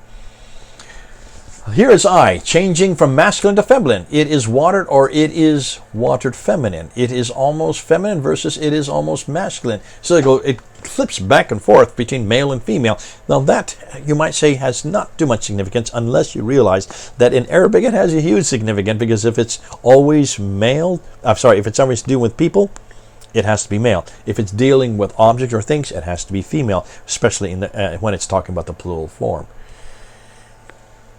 Type J, changing a statement to a command. This is imperative. You will not ask. Do not ask. Take, according to Hafs in chapter 2, verse 125, versus they take. He said versus say. This is a lot. This happens an awful lot. Say versus he said. The kala versus kul. This you'll find an awful lot in the Quran. These changes, especially when we get to Dan Brubaker's material. Type K, no change of meaning. A different letter for a conjunction with a singular meaning. So you can see that it's no really change in meaning, but the writing is different. And you can see it does change the conjunction. So, and go forth versus go forth. All right, so it's because of this that you can see that people are now reflecting it.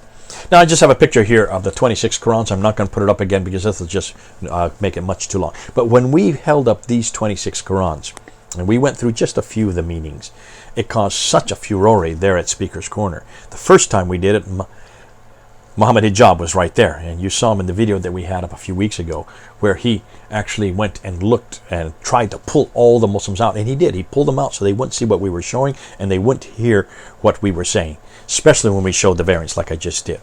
And that caused a crisis of faith. We did this 3 times that summer in 2016. The third time we did it, we almost did not leave the corner. They tried to stop us. They tried to take the Qur'ans from us. They didn't want us to go to the road. They even broke the handle on our bag. You could see they were so upset with what we were saying and what we were showing. But we weren't doing anything that they should not have already known. Those Qur'ans that you see in our hands there, the ones that I have right here, these ones here, these are all available. You can get them, folks.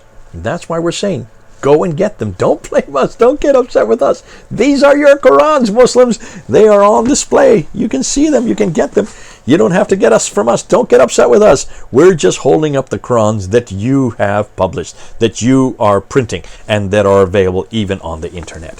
So, folks, can you see then? We have to make sure we go and make this public. Now, let's go to the 1924 Hafs Canonized text. This is 8 out of 10 of what we're going to go. Our present Qira'at Quran, the one that we're using today. Remember the 10 readers. There they are up on the screen. Nafi ibn Kathir, Abu Umar, Abu Imr, Asim, Hamza, Al-Kasai, Abu Jafar, Yaqub, and Khalaf. Where is Hafs there? You don't see Hafs there. The 20 transmitters, he then finally appears. There he is. You can see where he is. That's him right there. So he comes with the 20 transmitters, which mean we have now 30. And he is there in the second ring, or you might say the second rung of importance. Was he a good choice? Should he have been chosen? They had 29 others they could have gone. Why did they choose him? No, he wasn't. Here's why. Now, I have 5 problems. First of all, he wasn't trustworthy and therefore not suitable. Secondly, he was not chosen for textual veracity or authenticity, but for political reason. Thirdly, he came from the wrong city. We're going to see that. Fourthly, he came from the wrong dialect or with the wrong dialect. And number 5, he should have been the last person amongst the 30 to have been chosen for the previous 4 because of the previous 4 reasons. Before we go to Hafs, however, let's look at Asim, his reader, the stable from which he came from. According to what we know, we are told that he received his Quran from Zar ibn Hubaysh, Abu Abd al-Rahman al-Sulami, and Abu Abd al-Shaybani, who supposedly received it from Ali ibn Abi Talib, the 4th caliph, and Ibn Masud from Kufa. Ibn Sa'd said this of him: Asim was reliable but made mistakes in the transmission. Abdullah al-Ab ibn Ahmed said this of him: Al-Amash memorized the tradition much more correctly. Yaqub bin Sufyan says his transmission of the tradition contains some confusion. And Ibn Ulayya said everyone named Asim was faulty in memorizing the tradition. Ibn Khara says his transmission of the tradition contains some deniable things. Al-Ukaili says this of him: he had no problem with Asim except poor memorization of the tradition. Al-Darakutni says this: Asim had fault of memory. And finally, Hamad ibn al-Samalma says Asim became confused towards the end of his life. So there's not too much good that was said about Asim, and yet he is the reader from which Hafs comes from. Nonetheless, not much is said well about Asim. Let's then go to Hafs. What about Hafs? His real name is Hafs ibn Sulaiman al-Asadi. Born in 708, died in 709, from Kufa. Raised by Asim in Kufa, so that's why he knew him well. Hafs himself said that he did not depart from Asim's reading except in one word, which is in Surah Al-Rum, in Surah 30, verse 4. Now here's a question, before I even get into that. If that were the case, then why do we even need Hafs? If his was exactly the same as Asim. Now, folks, we have Asim and we also have Hafs. We're looking at them. We're going to see if he does. If he's exactly the same. We haven't done it yet. We're still working on it, but we're going to probably have a different view than what Hafs says here. It looks like he does have quite a few differences from Asim. Nonetheless, that's something yet to be done. That's something yet to come out to you. We do know that Al-Dahabi says this of him: Hafs was reliable in his reading, consistent and accurate, but not so in his transmission of the tradition. Oh, that's not good. Ibn Abi Hatim says this of him: that means Hafs' transmission of the tradition was rejected. Uthman al-Darimi and others also said he was just not reliable. Ibn al-Madini says Hafs was weak in tradition and I intentionally avoided transmitting from him. And Al-Buhari, the famous Al-Buhari that we know about from the 870, said he was rejected by the compilers of the biographical dictionaries. And then Al-Nasa'i says this of him: I consider him untrustworthy, and the traditions he transmitted were not recorded. Okay, but there's others who had opinions of Hafs as well. Theirs was not any better. Al-Darakutni says, he considered him quite weak. Al-Saji says Hafs is one of those whose traditions have disappeared. What he transmitted contained objectionable traditions. Salih ibn Muhammad said his traditions were not recorded and all of them were objectionable. Ibn Kharash says Hafs was a liar and was rejected for fabricating traditions. Ibn Hayyan says he used to change the chains of transmission and even fabricated chains for those traditions that did not have ones. Conclusions? Hafs' transmissions were unreliable, weak, untrustworthy, contained objectionable material, contained fabricated chains, his traditions disappeared, he was a liar, his transmissions were not recorded by others, and others avoided him. To the point that, according to Abd al-Rahman al-Muhdli, declared, I solemnly declare that it is not permissible to transmit traditions on his, that means Hafs' authority. Doesn't sound very resounding, does it? It doesn't look like he was well liked. So why in the world was Hafs chosen as the official Quran if he was so unreliable and so untrustworthy? Well, let's then go and look and see why he was canonized, or his text was canonized and chosen. In 1924, and you've heard this before, so I'm repeating something that most of you know, that's 96 years ago, there was a problem in the Department of Education there in Cairo, in the city of Cairo, because they were getting lots of tests that were coming in from students, high school students, who were coming with different answers in these standardized questions concerning the Quran. And the reason why is because they were having some that were written by Warsh, others that were written by Shoba, others that were written by Ibn Kathir or Al-Kasai. So you can see they're getting so many different references and so many different answers that there was a difficulty, so they had to do something about it. So what they did is they went to this man, Muhammad ibn Ali al-Huzaini al-Haddad, who was from Al-Azhar University there, the primary university in the Arab-speaking world. And they asked him to just choose one of these 30, these official 30. And he chose the Hafs. Why did he choose the Hafs? Because that was the preferred Qira'at of the Ottomans who were still in power up until 1924, as far as power, as far as the Caliphate. Not in Egypt, but in power as far as the Caliphate was concerned. So they chose the one that the Ottomans wanted. The other 29, what did they do with the other 29? They took them out into a boat and dumped them into the Nile. They just dumped them, thinking that would get rid of them. Little did they know that you can still buy them today. You cannot get rid of them just by dumping them into the Nile. Folks, they're still on sale in 2020. I just got these 2 weeks ago. So you can see it does not does you no good trying to censor that which you cannot censor. But that's what happened in 1924. Now, I want to show you Hatun's. Hatun has not just 30, she has 37 Qira'ats, all Arabic. Count them, 37 of them. None of them are translations. These are all Arabic. I already said the Burning Power has 23. There you can see the 23. 23 of them that he has collected. So you can collect them as well.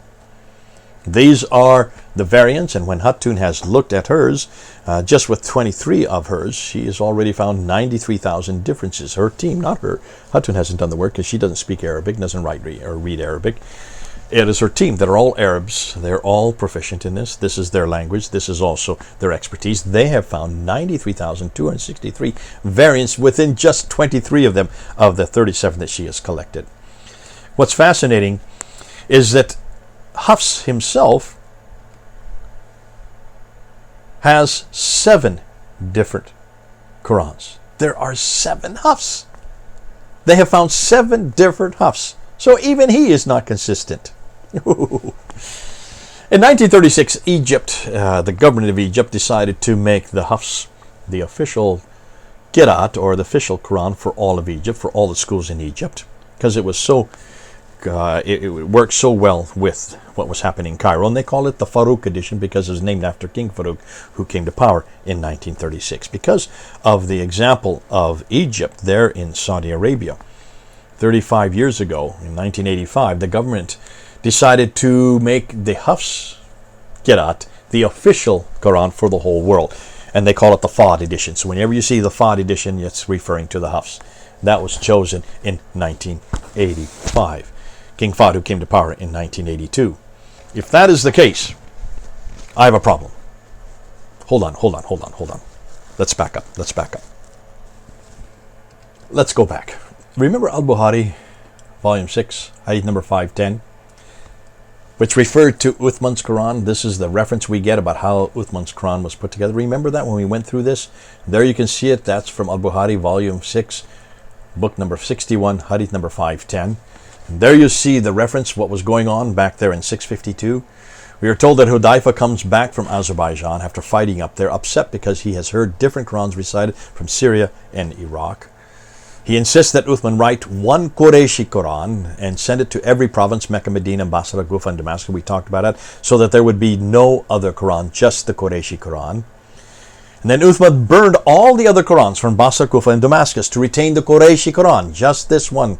Remember that? Remember we went through this? So where were the corrupted Qurans from? Let's remind ourselves. They were from, remember, where did they come from? 5 copies. 1, 2, 3, 4, 5. Boop, boop, boop, boop, boop, boop. Remember that? The corrupted Qurans were from Iraq and Syria. So the corrupted Qurans were from these cities, Basra, Kufa, and Damascus. Those are where the corrupted Qurans are from. Those are the ones that Uthman had burned, destroyed, back in 652, right? Remember, then you have these other 3 that were then introduced later on. Ubay ibn Ka'b with 116 references, Ibn Masud with 110, and then Ibn Musa with 114. Those are from the same 3 areas, Damascus, Kufa, and Basra. So it's obvious that the corrupted Qurans are from those cities, and the pure Qurans are from the Quraysh, there in Yathrib or Mecca, or what we now know today is Medina and Mecca. The corrupted Qurans were from Basra, Kufa, and Damascus. That's very clear. Let's now go back and ask this question. How many of the 10 readers use the Qurayshi dialect? Let's take a look. There they disappear, and then they come back. Nafi, he was from Medina. Ibn Kathir, he was from Mecca. And way down here, Abu Jafar. So only 3 of the 10 readers were Qurayshi. 3 of the 10. The other 7 were not Qurayshi. You see that? I've highlighted them in yellow, just to remind you. Those are the 3 that are Qurayshi. The other 7 are not Qurayshi. How many of the 20 transmitted were Qurayshi? Well, Qalun, Al-Bazi, Qunbul, Isa ibn Wardan, and Ibn Jumaz.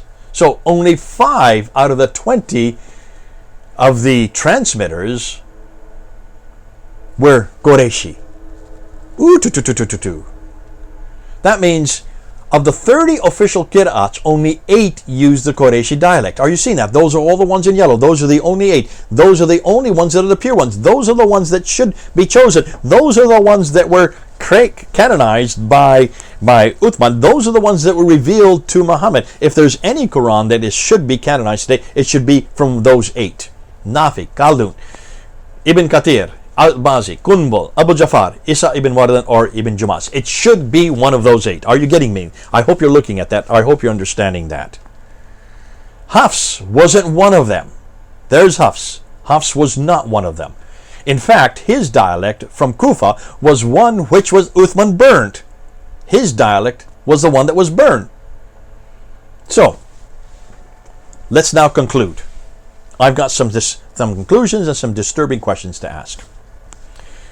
What can we conclude? Well, Muslims are forced to say that the Quran is perfectly preserved because of Surahs 10, 15, and 18:27, which says that no one can change the word of God, and then 59, which says that God guards it. So you cannot change it. Why? Because God guards it. That's very clear. The Quran says so, therefore they're hang-tied.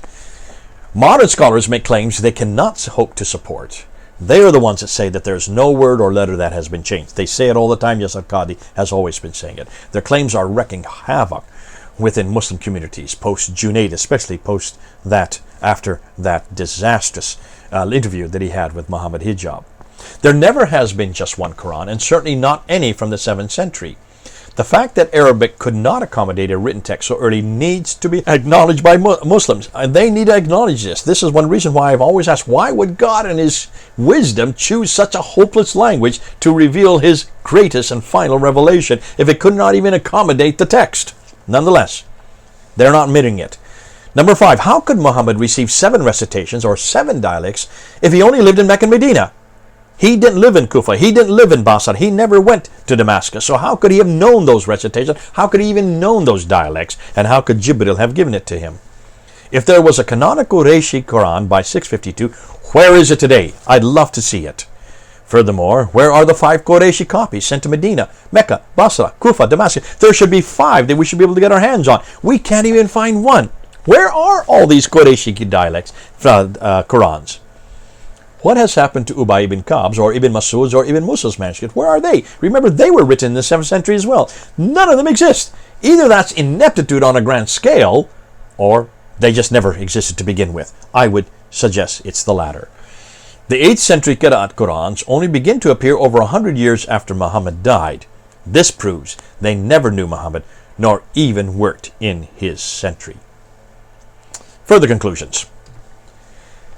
They were chosen even later, between 936 to 1429, and which is 300 to 800 years too late.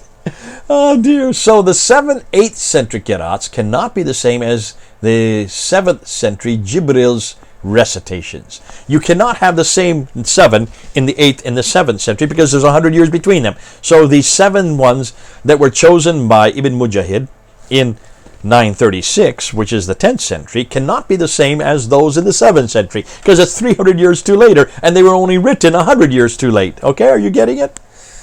Since Uthman destroyed the Iraqi and Syrian recitations, why do they suddenly reappear in the 8th century? They were supposed to have been destroyed from Kufa and Basra and Damascus, and here suddenly they appear.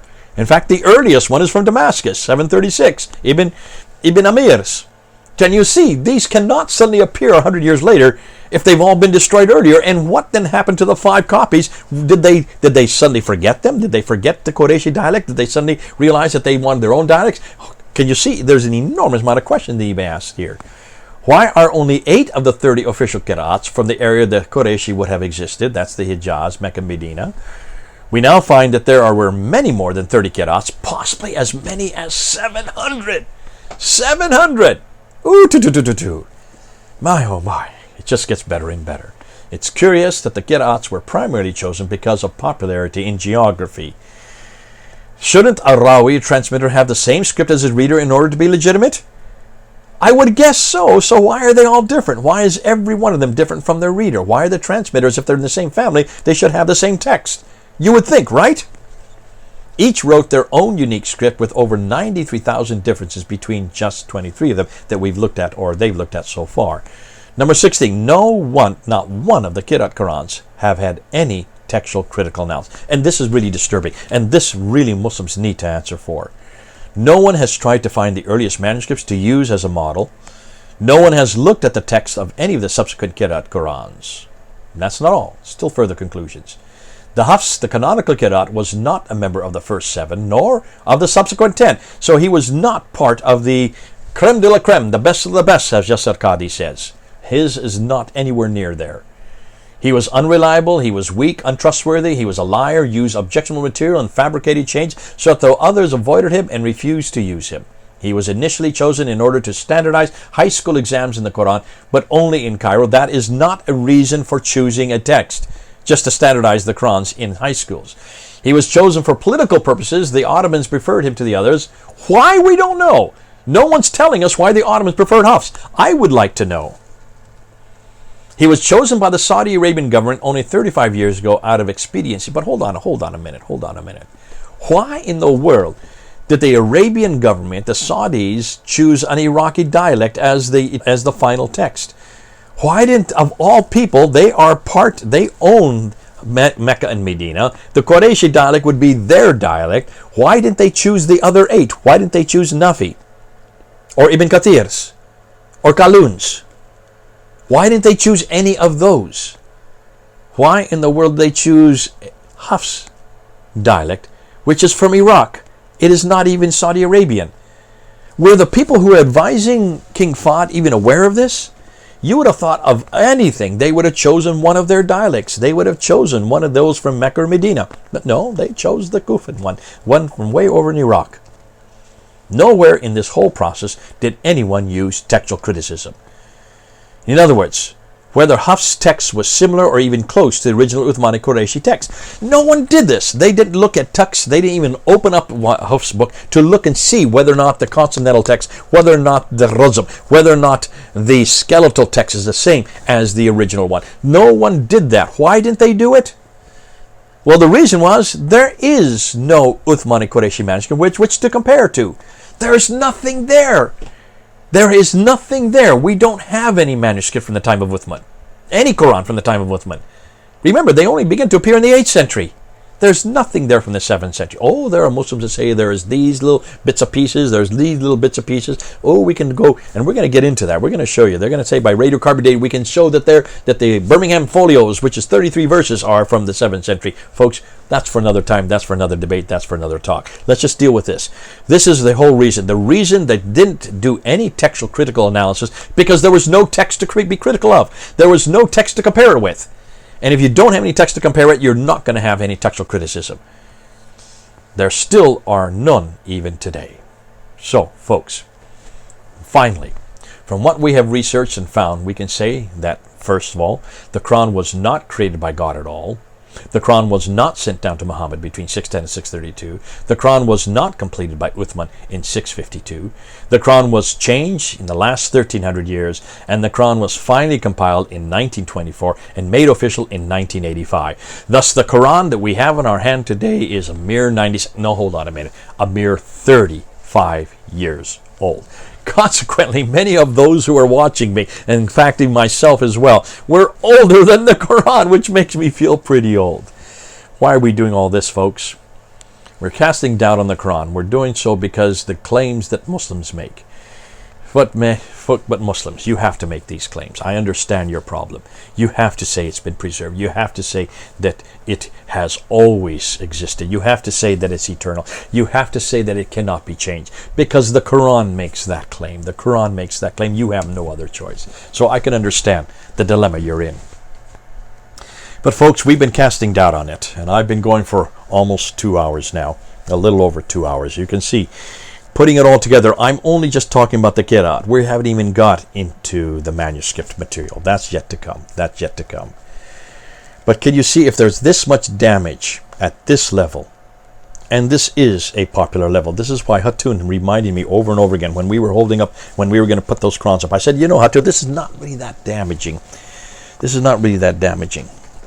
Because you know that it's just talking about dots and vowels. 5 dots and 3 vowels. 5 dots and 3 vowels. Dama, the kasra, and the fatha. That's it.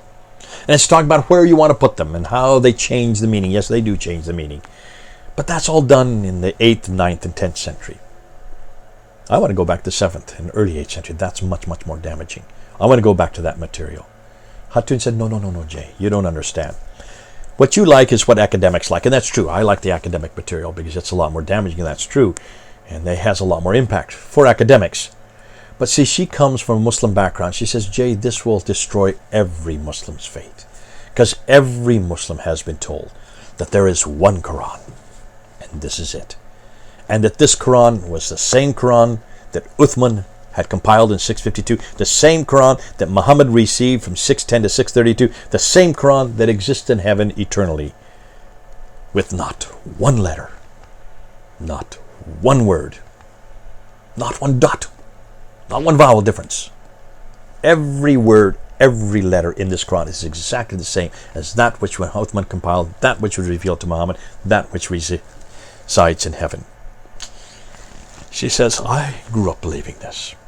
And when I went into that bookstore in North Africa and asked for a Quran, and the first question he asked me, well, which Quran do you want? When I heard that, it just destroyed everything I knew.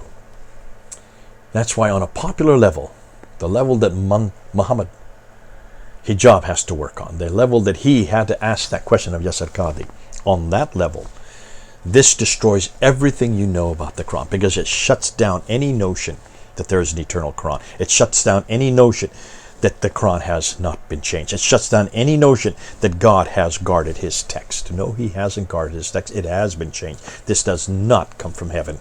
It doesn't even come from Muhammad. In fact, it doesn't even come from Uthman. If these Qurans only begin to appear in the 8th century from 736 up until 905, chosen in 936, and then chosen for the 10 in 1429, and then finally chosen back to the 1 in 1924, and then chosen for the whole world in 1985, can you see this is manipulated by men from the very beginning? From the very beginning it's been manipulated by men. From the very beginning it has been changed by men. From the very beginning it has continued to be changed. And for 1,000 years they've been changing it, and it's only in the last 100 years that they decided to bring it back to 1 again. But folks, here's a book that I just received last week that has 10 examples of the 10 major ones, and you can see example after example. They have it in faded text and in English. You can buy this. It's put out by Bridges. It's called the Bridges translation of the 10 Qira'at of the Noble Quran by Fadel Suleiman. You can go up online and you can order it. Order it, because this is in English so you can understand it. And folks, they're not trying to hide this. They are aware that there are many different Qurans. This is just the Noble 10. This is the creme de la creme, the best of the best according to Yasir Qadhi. But now we know there are 30. Hafs is not even in here. Hafs is not even in here. That's what's fascinating. He's not one of these 10. Folks, I'm so glad I don't have to defend this. I'm so glad I don't have to argue this or debate this. I'm so glad I can just sit back and introduce it to you. Give it out so you have it. And that's why I've spent all this time, almost a little over 2 hours, to bring this to you. It's important that you see it. It's important that you understand it. It's important that you share it. And Muslims who are watching, many of you probably have turned off already. You're probably not even listening to me anymore. But you're going to be asked these questions, Muslim, for those who are listening now. You are going to be asked, what about your Quran? How can you say this is the eternal Quran? This guy, Hafs, died in 796. Didn't even agree with Asim, his stable leader, his reader. Didn't even agree with him. Chosen in 1924. Chosen because the Ottomans chose him for political reasons. Just for political reasons. Please don't say there's only one Quran. There are many Qurans. Please don't say it comes from God. It comes from man. It's nothing more than a book written by man, borrowed from many different sources, bringing it together possibly in the 8th, maybe in the 9th. We're not even sure when it was finally compiled in its final form. That we have not yet concluded. We're going to. We will. Can you then understand why Muslims, this is not the Word of God. It's not even a Word of God. It's nothing more than the Word of men, written by men, compiled by men, changed by men, manipulated by men, chosen by men, burned by men, sunk into the rivers by men, erased by men, destroyed by men. All of it has to do with man. It all comes back to man. My Bible's not like that. My Bible is written by man. I'm aware of that. But I would never make these claims that it is eternal. Never made that claim. That sent down, no, I wouldn't make that claim either. Complete, yeah, it was complete in its original form. Change, yeah, we even know where it's changed. That's why we're transparent about it. Thank God I don't have to make this claim about my Bible, because it's not the Bible that's the Word of God, though we call it the Word of God. It's Jesus who's the Word of God.